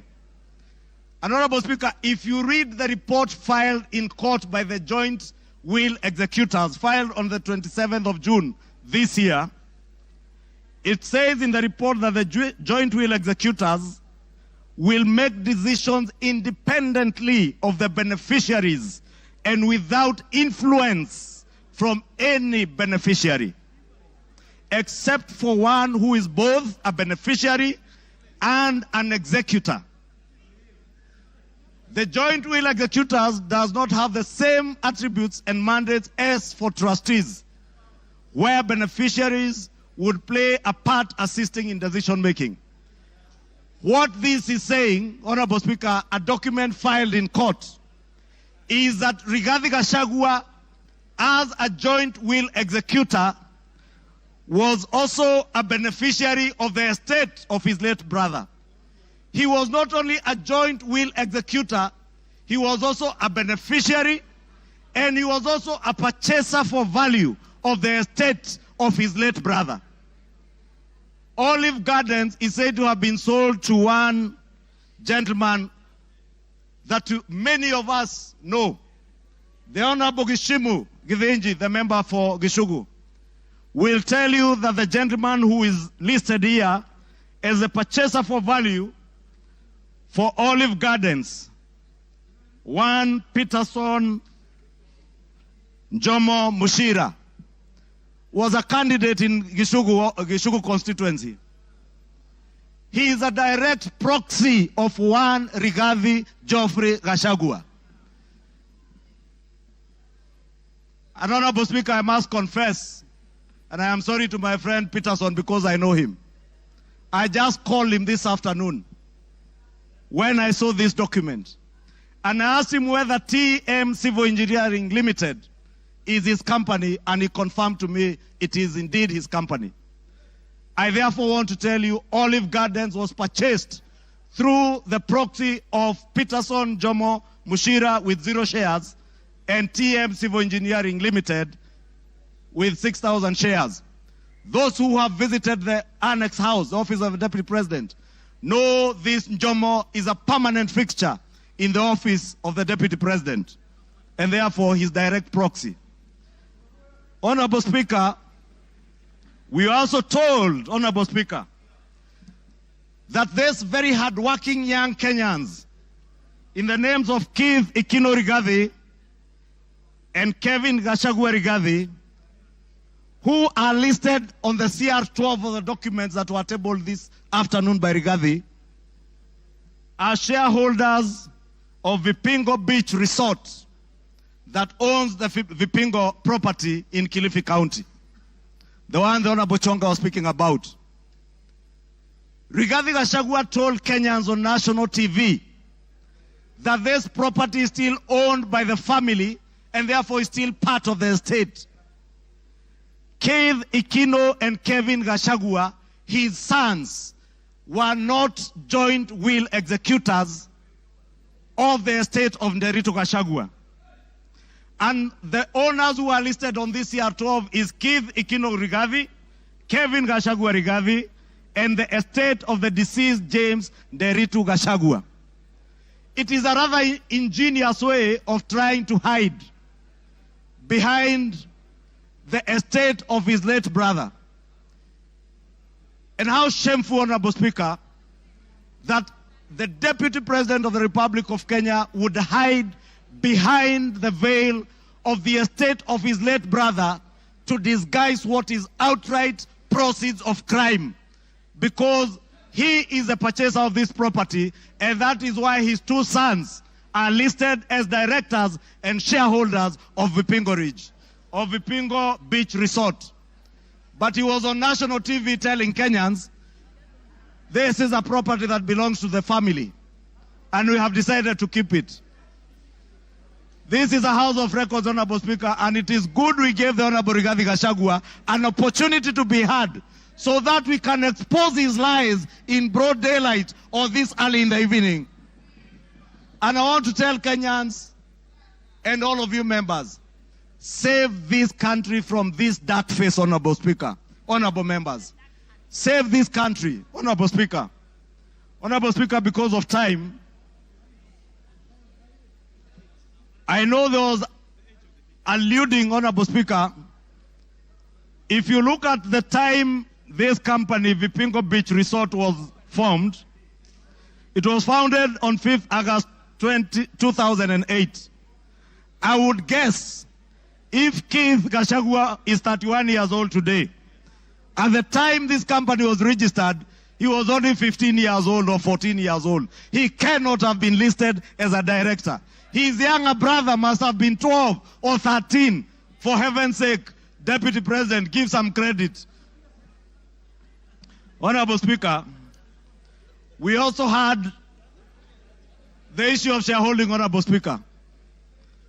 And we were told that in our coalition agreement, Honorable Speaker, and you are then the leader of Ford Kenya, and you know you never subscribed to shareholding in our coalition agreements within Kenya Kwanza.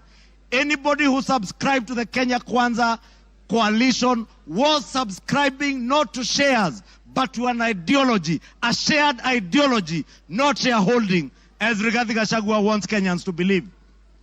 Honorable Speaker, let me finish by saying, Honorable Speaker,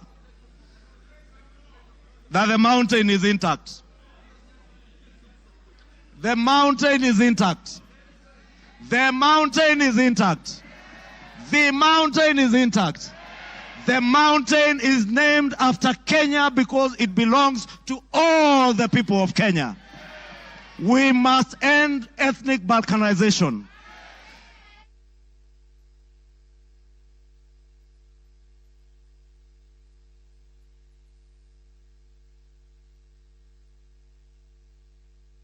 Give him another 2-3 minutes.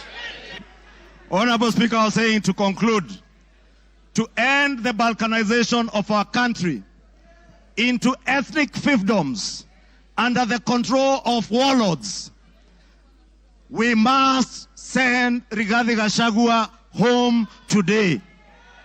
To end divisive politics in our country, Rigathi must. To end the culture of impunity, conflicts of interest, of office, state capture, and corruption in high office, Rigathi must. For accountability, for there to be integrity in the political governance of our country, Rigathi Gachagua must. For leaders in high office to bear policy and political responsibility, Rigathi Gachagua must. For national unity, for the fight against graft to bear fruit, for peace and prosperity of our nation as one indivisible whole, one nation under one flag, one people who love their country, who love peace, who want to see a cohesive and working government serving them. Rigathi must. Rigathi must. I submit, Rigathi must go. Thank you. Order. Honorable members, order. The honorable mover has donated his time as follows. Charles Nguna, CNN, you'll start with 2 minutes. Omboko Milemba will follow with 3 minutes.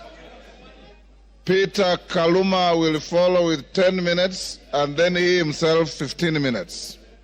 So, CNN, Charles Nguna. Thank you, Mr. Speaker. Mr. Speaker, let me thank the Kenyans who just expressed their views during public participation on this matter, Mr. Speaker. And to add this, I keenly followed and listened to the Deputy President yesterday, His Excellency.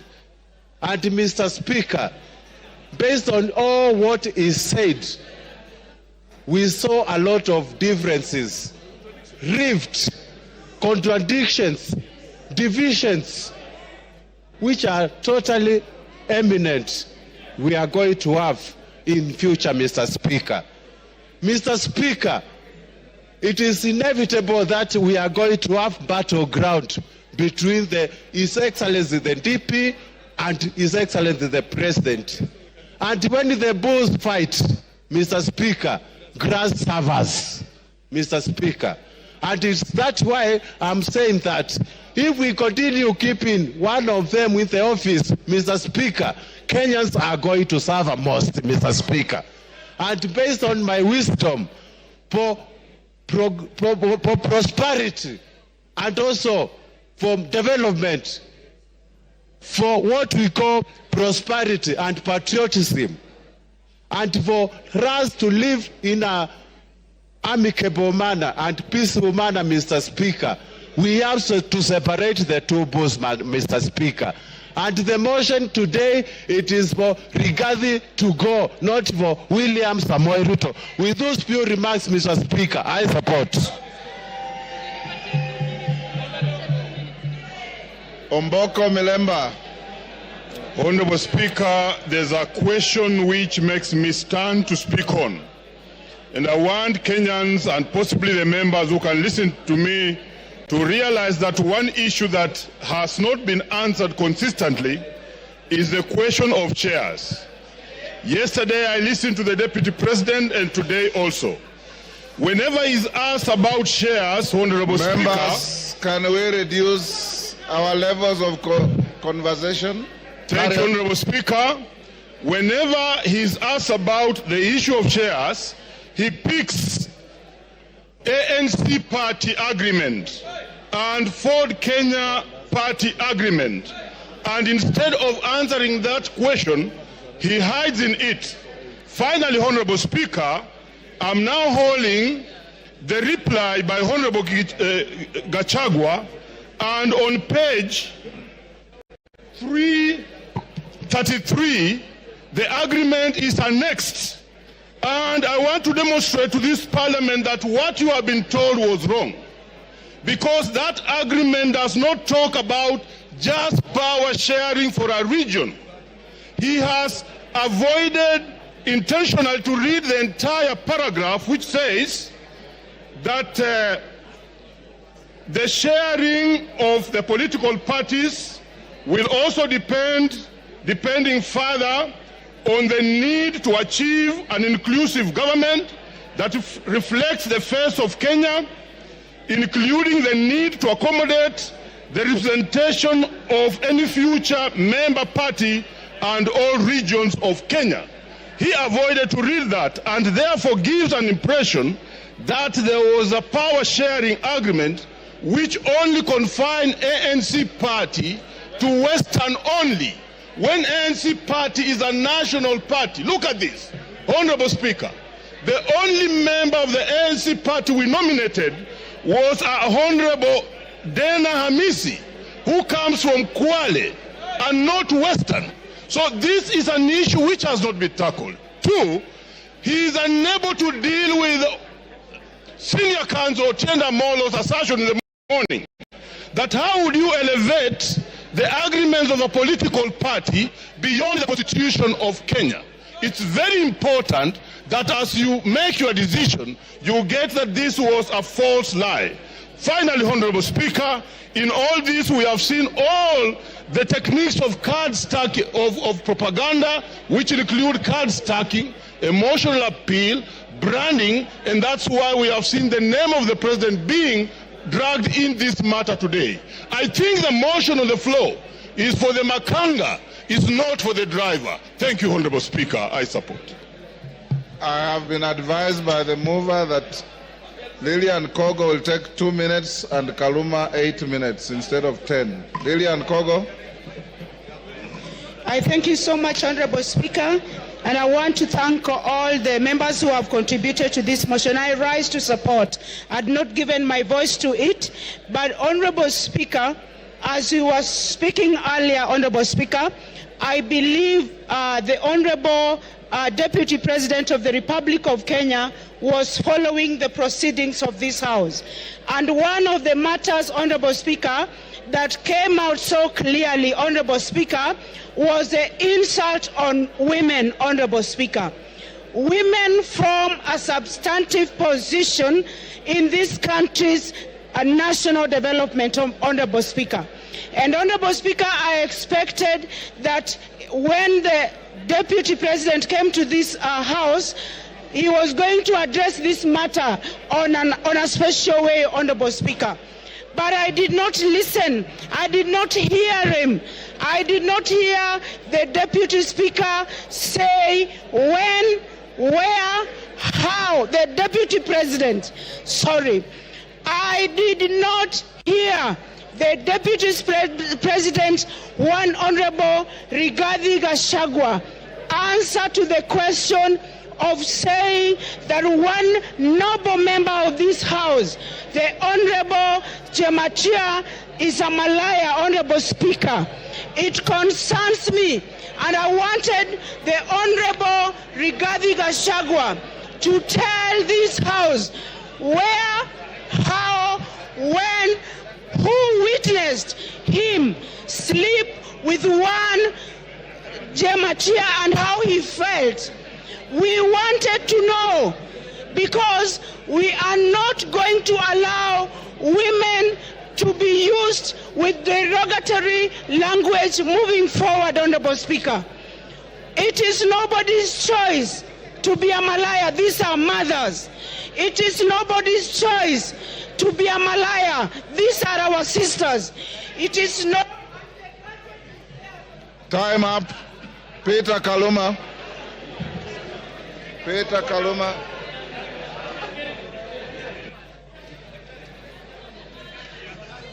Peter Kaluma. Honorable members. I thank you.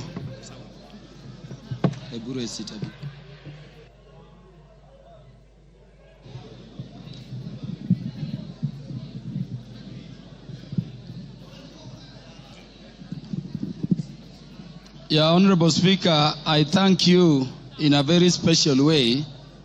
Honorable Speaker, I have this benefit of speaking after listening both to the mover of the motion and to the Deputy President, who is the subject matter of this motion. And so, Honorable Speaker, I can look at it from all perspectives. Honorable Speaker, allow me to start by saying that I listened to the Deputy President, as I did to Honorable Mutuse, with the mind of a lawyer, looking at how the grounds have been addressed, their particulars, and how they have been addressed by the two respective parties. And Honorable Speaker, let me begin by saying that I don't know what happened, but we had Honorable Mutuse presented before this assembly a motion seeking to impeach the Deputy President on up to 11 grounds. And Honorable Speaker, I don't know whether it is by act of omission or commission, or it is just the nature of some people. The Deputy President focused on those matters concerning property, money, integrity, procurement, forgetting the most fundamental issues. And I want to say that even when he addressed those money issues, there are very patent gaps going to constitutional violations which are stated in the motion to be gross. I expected the Deputy President, for instance, to use the opportunity you accorded him, Honorable Speaker, to explain that SMS which came from his son Ikunu Gachagua on the bid bond issue involving that company. No mention of that at all. Honorable Speaker, before I go to the matters I want to address in substance, let me thank you, the Honorable Speaker of the National Assembly, for ensuring that the process this House is going through has been very fair. And in doing so, Honorable Speaker, for according and upholding and protecting the provisions of Article 47 of the Constitution. I hear people still saying that the courts will intervene. But I'm thanking you for this, Honorable Speaker, because the only time the courts intervene is if we have not secured a party procedural fairness. This motion was advertised across the country for the participation of Kenyans. And Honorable Speaker, allow me to reiterate this short data in 1 minute. 146,429 Kenyans said that the Deputy President should be impeached. And that, Honorable Speaker, constitutes 65.11% of the people of Kenyans. 76,026 of Kenyans said the Deputy President should not be impeached, coming to 33.8% of those Kenyans. Honorable Speaker, 2,452 Kenyans said Kufa Makanga, Kufa Dereva, and those other things. And there are the others. And Honorable Speaker, in terms of our constituency, which is Homa Bay Town constituency, 1,080 Kenyans whom I represent said the Deputy President should be impeached. And Honorable Speaker, that constitutes 89.81% of the population of the people of Homa Bay who are duly notified. 54 Kenyans in Homa Bay Town constituency, constituting 5%, said the Deputy President should not be impeached. And then 56, which is another percentage there, said other things, including Kufa driver, Kufa Makanga. Honorable Speaker, let me clarify this other issue also. That the courts have persistently and consistently said that public participation must be meaningful. If public participation should be meaningful, and Honorable Speaker, you made it so open at the county headquarters involving all constituencies, and then all constituency offices remained open on that day, and you notified it to the public, Honorable Speaker, following that order of court, then really there is nothing much for us to continue debating here. If public participation is to be meaningful, then the Kenyans have spoken, and as their representatives, we can only give meaning to what they say during public participation by securing what they have said, which is that the Deputy President should be impeached. Honorable Speaker, because I'm running fast, let me say that this Constitution has been termed a living document. And Honorable Speaker, if you look at ground one, people take it lightly. But Honorable Speaker, the idea of the unity of our nation has been the one thing which has been disturbing the people of Kenya in terms of being a nation for very long. Honorable Speaker, allow me to read the preamble of the Constitution. And this is what it says. We, the people of Kenya, proud of our ethnic, cultural, and religious diversity, and determined to live in peace and unity as one indivisible, sovereign nation. When the Kenyans were making this constitution, they identified the need for unity as one people, as one thing they had to deal with. Honorable Speaker, I request the members to look at Article 4, Sub-Article 2 of the Constitution. It says Kenya is a multi-party democratic state founded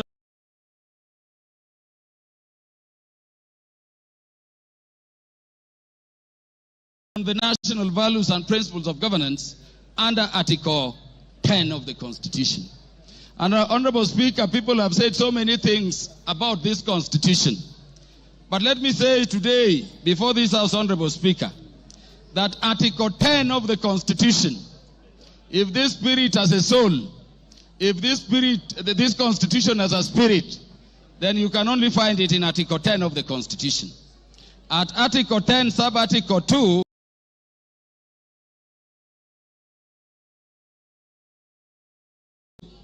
those national values which were identified by the people of Kenya during constitution making as the things which Kenya needs to address are the following, Honorable Speaker. Patriotism, national unity, sharing and devolution of power, the rule of law, democracy and participation of the people, human dignity, equity, social justice, inclusiveness, equality, human rights, non-discrimination, and protection of the marginalized. Honorable Speaker, at the very heart of a nation is equal ownership and equal sharing in the resources of the nation. It cannot be therefore, Honorable Speaker, that a state officer at the level of the Deputy President is singing to other Kenyans how they are shareholders and they don't belong to this country. And Honorable Speaker, it saddens me that having given him the opportunity, the Deputy President did not proffer a defense. The Deputy President did not offer an apology, but the Deputy President said other people are also doing it. Honorable Speaker, let me say an impeachment motion proceeds in personam. It proceeds against a specific person. You may say Kufa Dereva, Kufa Makanga. Give him 1 minute to wind up. Wind up, Kaluma. Thank you. Honorable Speaker, it does not matter. This motion we have is against a person. You cannot have a motion for impeachment against Kaluma and somebody. Those who are saying Kufa driver, Kufa Makamba, bring the driver and we will also consider it on the merit. And on account of that, Honorable Speaker, this person must go. Honorable Speaker, in the few seconds remaining, let me say that when Westgate came under attack, I lost a cousin in the name of Jackton Port. He was the first one to be shot there. When Garissa University came under attack, Honorable Speaker, I lost Solomon Oludo from Marindi, a son of our land I educated at Ubiero Primary School. Honorable Speaker, we have no problem holding the security apparatus of the nation, to account. But Honorable Speaker, we cannot have a situation where you talk that recklessly in public about our national intelligence service being dysfunctional. For a state which is permanently under terror target and attack, and by the way, in the Security Committee, each minute we are fighting terrorists. You cannot speak that way and come back and say it is normal. Honorable Speaker, how can you be a principal assistant to the president when each time the president leaves the country, you are organizing rallies to incite ethnic animosity against your own government? Honorable Speaker, how can you be a principal assistant to His Excellency the President when the President is having a press conference in Nairobi and you are having a separate one instead of standing with him to calm the nation from Mombasa to say that the President, in fact, there is a problem and is a dysfunction in government? Time up, Mutuse. You have 15 minutes. Very good. Thank you, Mr. Speaker. Thank you, Mr. Speaker. Before I begin my reply to the motion, please allow me to table additional documents, being a newspaper advert that was placed by His Excellency the Deputy President in today's newspapers, and also the video recording of his speech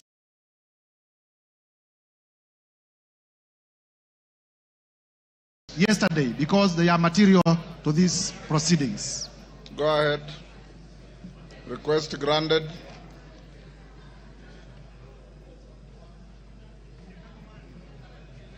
Mr. Speaker, I have tabled the two documents, electronic and physical, because during the course of this debate, members in many instances had referred to them, and therefore it is only fair that they are part of the record.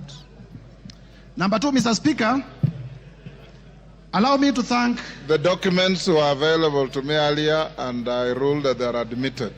Thank you, Mr. Speaker. Yes. I want to be very brief because I know the National Assembly of the Republic of Kenya wants to make a decision on the matter of impeachment of His Excellency Rigathi Gachagua. Mr. Speaker, to begin with is to thank colleague members of Parliament from both sides of the House for the robust debate in terms of the motion that we presented before the House this morning. Mr. Speaker, I also want to thank Kenyans in their millions from all over the Republic, because in the course of this debate, Kenyans have been commending, Kenyans have been exercising their democratic right through public participation, through their right to odd opinions, and we have not witnessed a single incident of violence anywhere in the Republic. There had been vitisho that if you table an impeachment motion for a person of the magnitude of the Deputy President, there may be violence, people will lose lives. But I thank Kenyans because Kenyans have proven once again that we are a peaceful country and we are able to engage in our democratic processes without violence. Mr. Speaker, allow me to re-examine some of the few issues that have come through the response. First is to let Kenyans know that His Excellency Rigathi Gachagua has filed a response of 501 pages, and the response has come at 4 p.m., and I was only able to be given the response about an hour ago. And therefore, in terms of the doctrine of equality of arms, I feel that I needed adequate time so that I may be able, during my reply, to respond to some of the things that he has raised in his response.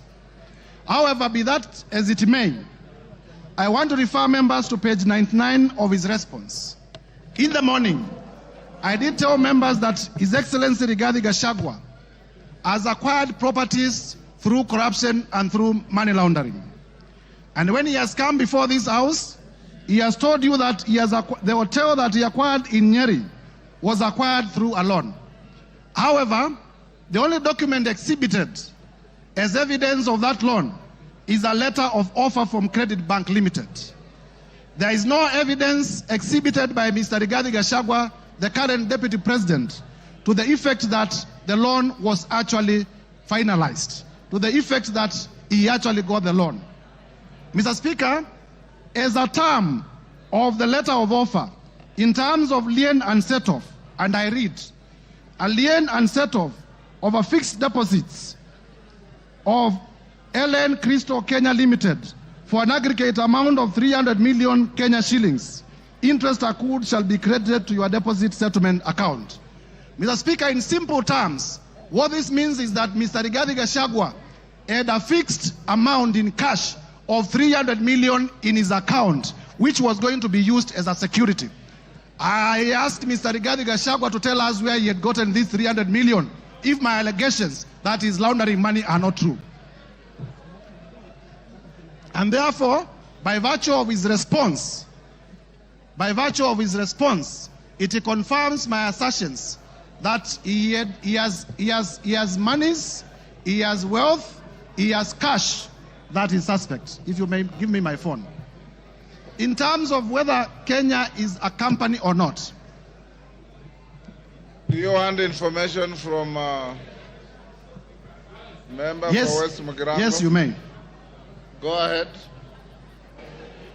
Mr. Speaker, I want to inform the Honorable Mutuse that the director for Credit Bank Kenya Limited is one Grace Nyachai, who hails from Nyeri and is a relative of His Excellency Rigathi Gachagua, and therefore I say no more. I thank you, Mr. Speaker. Mr. Speaker, it is important for this House to note that in the morning I did present evidence of suspicious money transactions.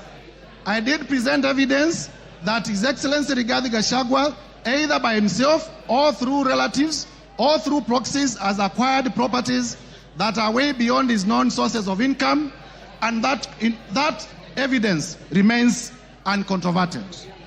Turning, Mr. Speaker, to the issue of whether Kenya is a company owned by shareholders. Mr. Rigathi Gachagua is playing with the intelligence of members of parliament and with the intelligence of Kenyans by attempting to twist facts. First, in terms of the law, companies are registered under the Companies Act. They are not registered under the Political Parties Act.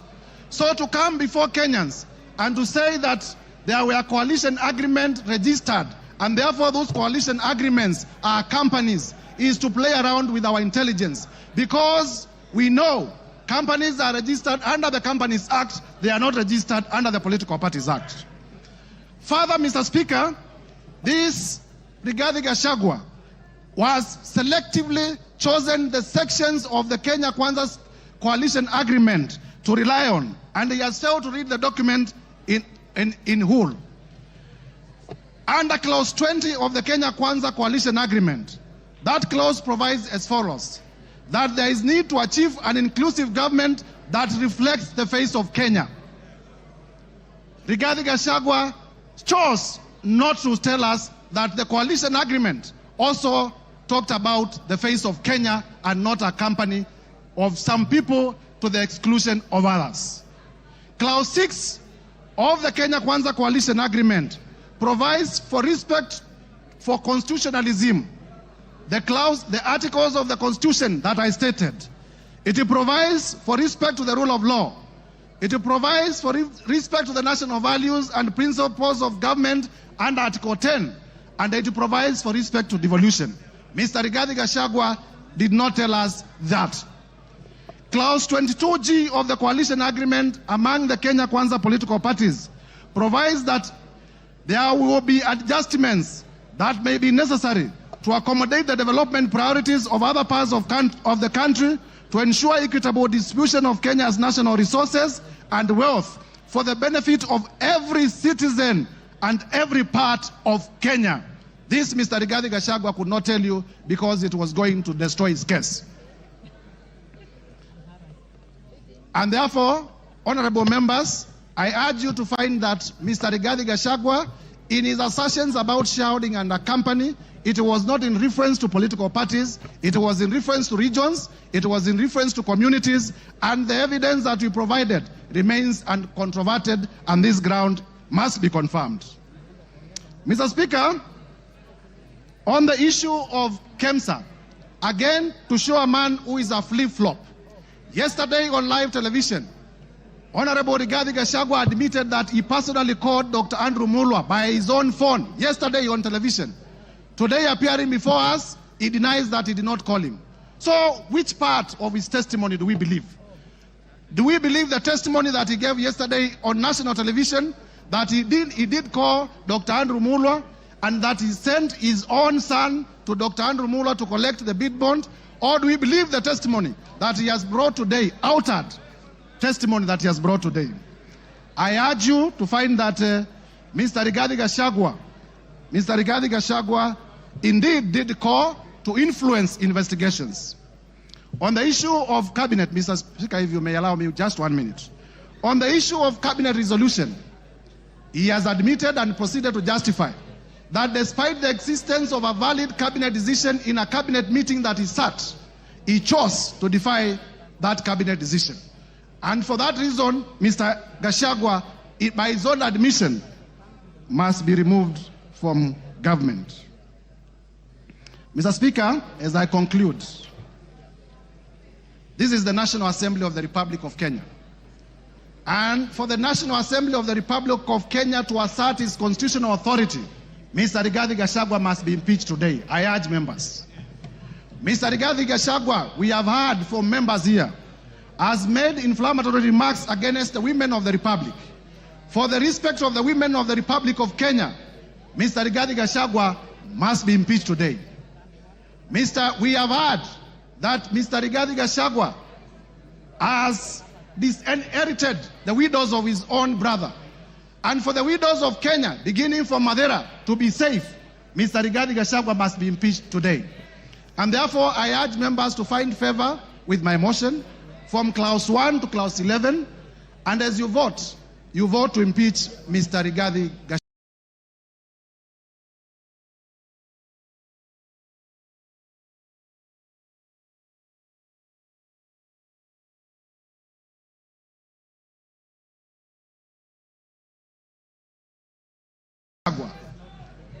I thank you, Mr. Speaker, I beg to move. and I beg to move. Thank you.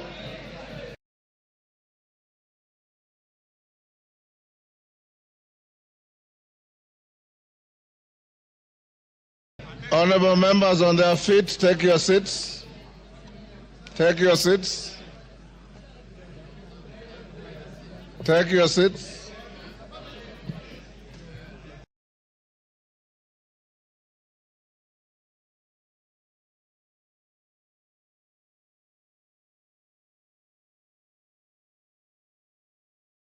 Brighton, take your seats. Today you are very mobile.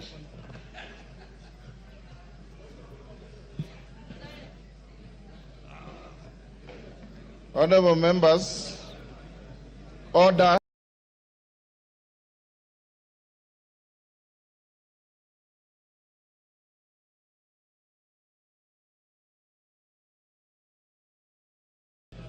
Honorable members, Honorable Jeho, take your seat.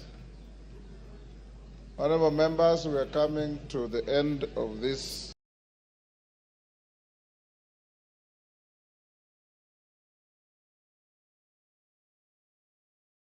motion. And before I put the question, this is one motion where there is no voice vote. We'll go straight into division, so that no ayes have it at the putting of the question. The House Business Committee yesterday deliberated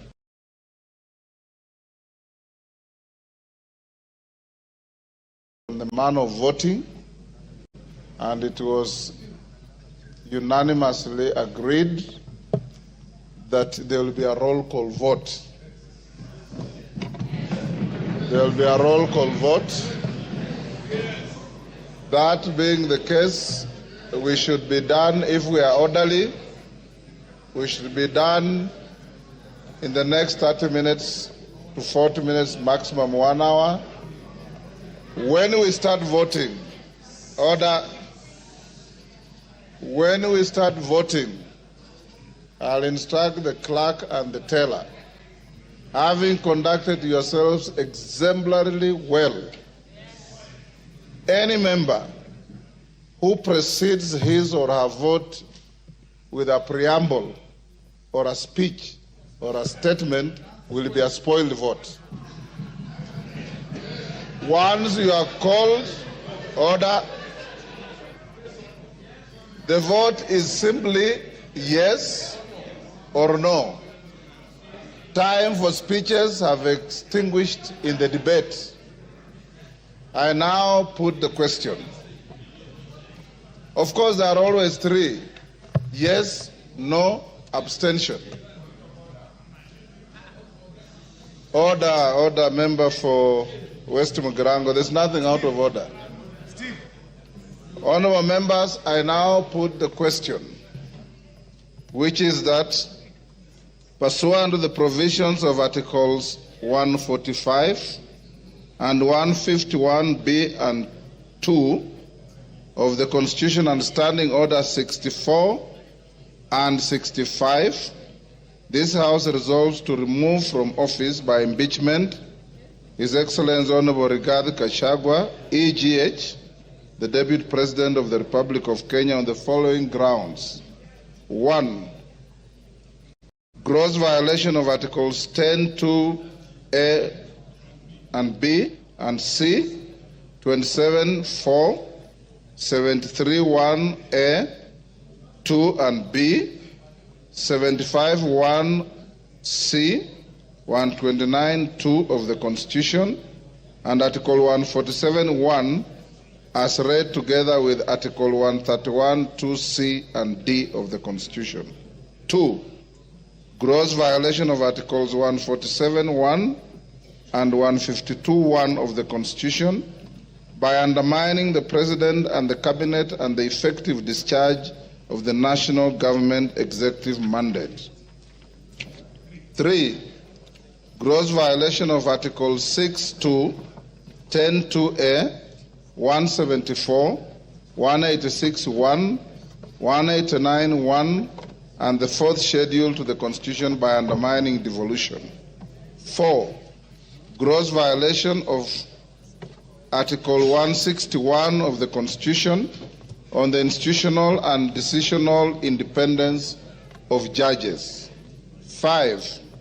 Gross violation of Articles 3(1) and 148(5)A of the Constitution on the fidelity to the oath of office and allegiance.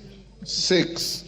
Serious reasons to believe that His Excellency the Deputy President has committed crimes under Sections 13(1)A and 62 of the National Cohesion and Integration Act. 7.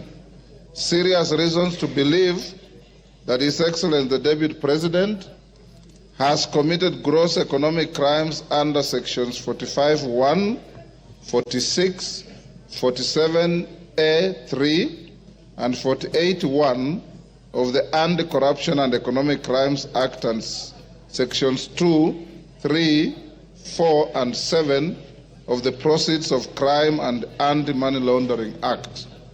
8. Serious reasons to believe that His Excellency the Deputy President has committed crimes by continuously misleading members of the public through false, malicious, divisive, and insightful remarks that are contrary to the provisions of Section 132 of the Penal Code and Section 29 of the Leadership and Integrity Act. 9. Gross misconduct that is incompatible with the high calling and dignified status of the office of the Deputy President, a member of the Cabinet and the National Security Council. His Excellency the Deputy President has publicly attacked and undermined the work of the National Intelligence Service and its officers. 10. Gross misconduct by openly or publicly insubordinating the President, who is the head of state and government. And 11. Gross misconduct by persistently bullying state and public officers. I now direct that the division bell be rung for 5 minutes. Then thereafter, we will go into voting process. As we do so, can the whips give a yes, Jeanette? Mr. Speaker, I propose that only the whips should be allowed to go out of the chamber, Mr. Speaker. The rest should remain seated. Yeah. Only the whips should be allowed to go out, Mr. Speaker. The rest of the members can sit and hold their things on the. That's the rule. That's the rule.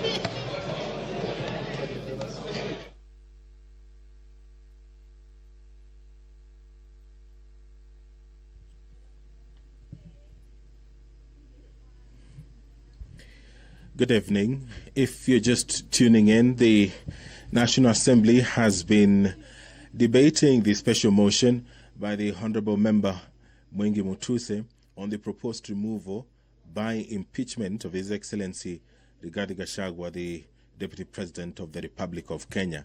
The Honourable Member in the special motion did advance 11 accusations against the Deputy President, and among them his gross violation of Articles 10, Subarticle 2A, B, and C, Article 27, Subarticle 4, Article 73, Subarticle 1A, Article 2B, Article 75, 1C, Article 129, Subarticle 2 of the Constitution, and Article 147, Subarticle 1, as read together with Article 131, Subarticle 2C and D of the Constitution, that the Deputy President has persistently made utterances threatening to discriminate, exclude, and unlawfully deny sections of the people of Kenya and regions of the Republic of Kenya equal opportunities for public service appointments and allocation of public resources. Another charge is that the Deputy President has made unilateral public statements inconsistent with policy positions collectively adopted by the government and contradicted the President on critical matters of governance and the exercise of the President's functions as a symbol of national unity. That His Excellency the Deputy President interfered with the running of Nairobi City County Government by inciting citizens against lawful directives of the county government on the planning and relocation of markets and publicly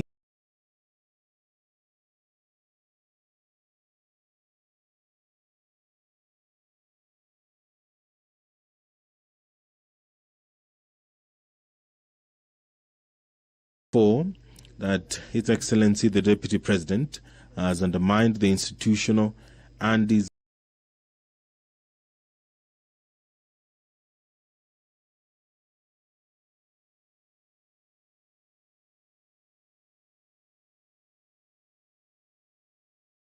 independence of a judge through public attacks on a judge of the High Court of Kenya and falsely threatening to file a petition for the removal of the said judge in a matter in which he was a party.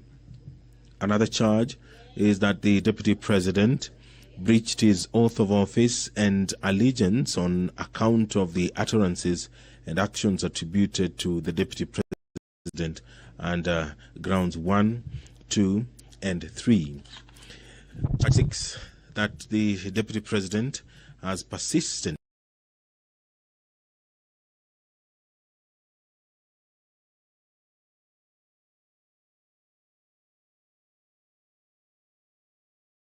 made inflammatory, reckless, insightful public utterances over the last 2 years in contravention of the law. Charge 7, that His Excellency the Deputy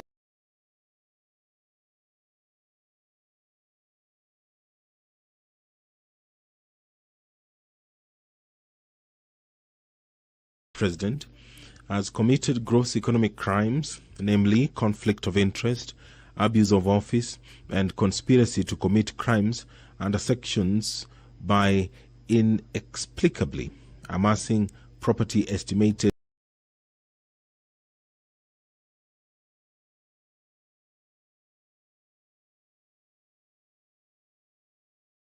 at 5.2 billion shillings, that is incompatible with his known legitimate income and by trading with the office of the Deputy President through proxies.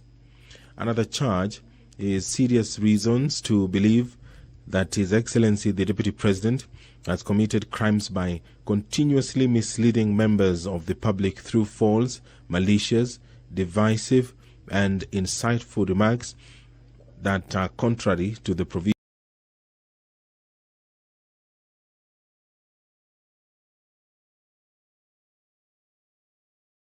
of Section 132 of the Penal Code and Section 29 of the Leadership and Integrity Act.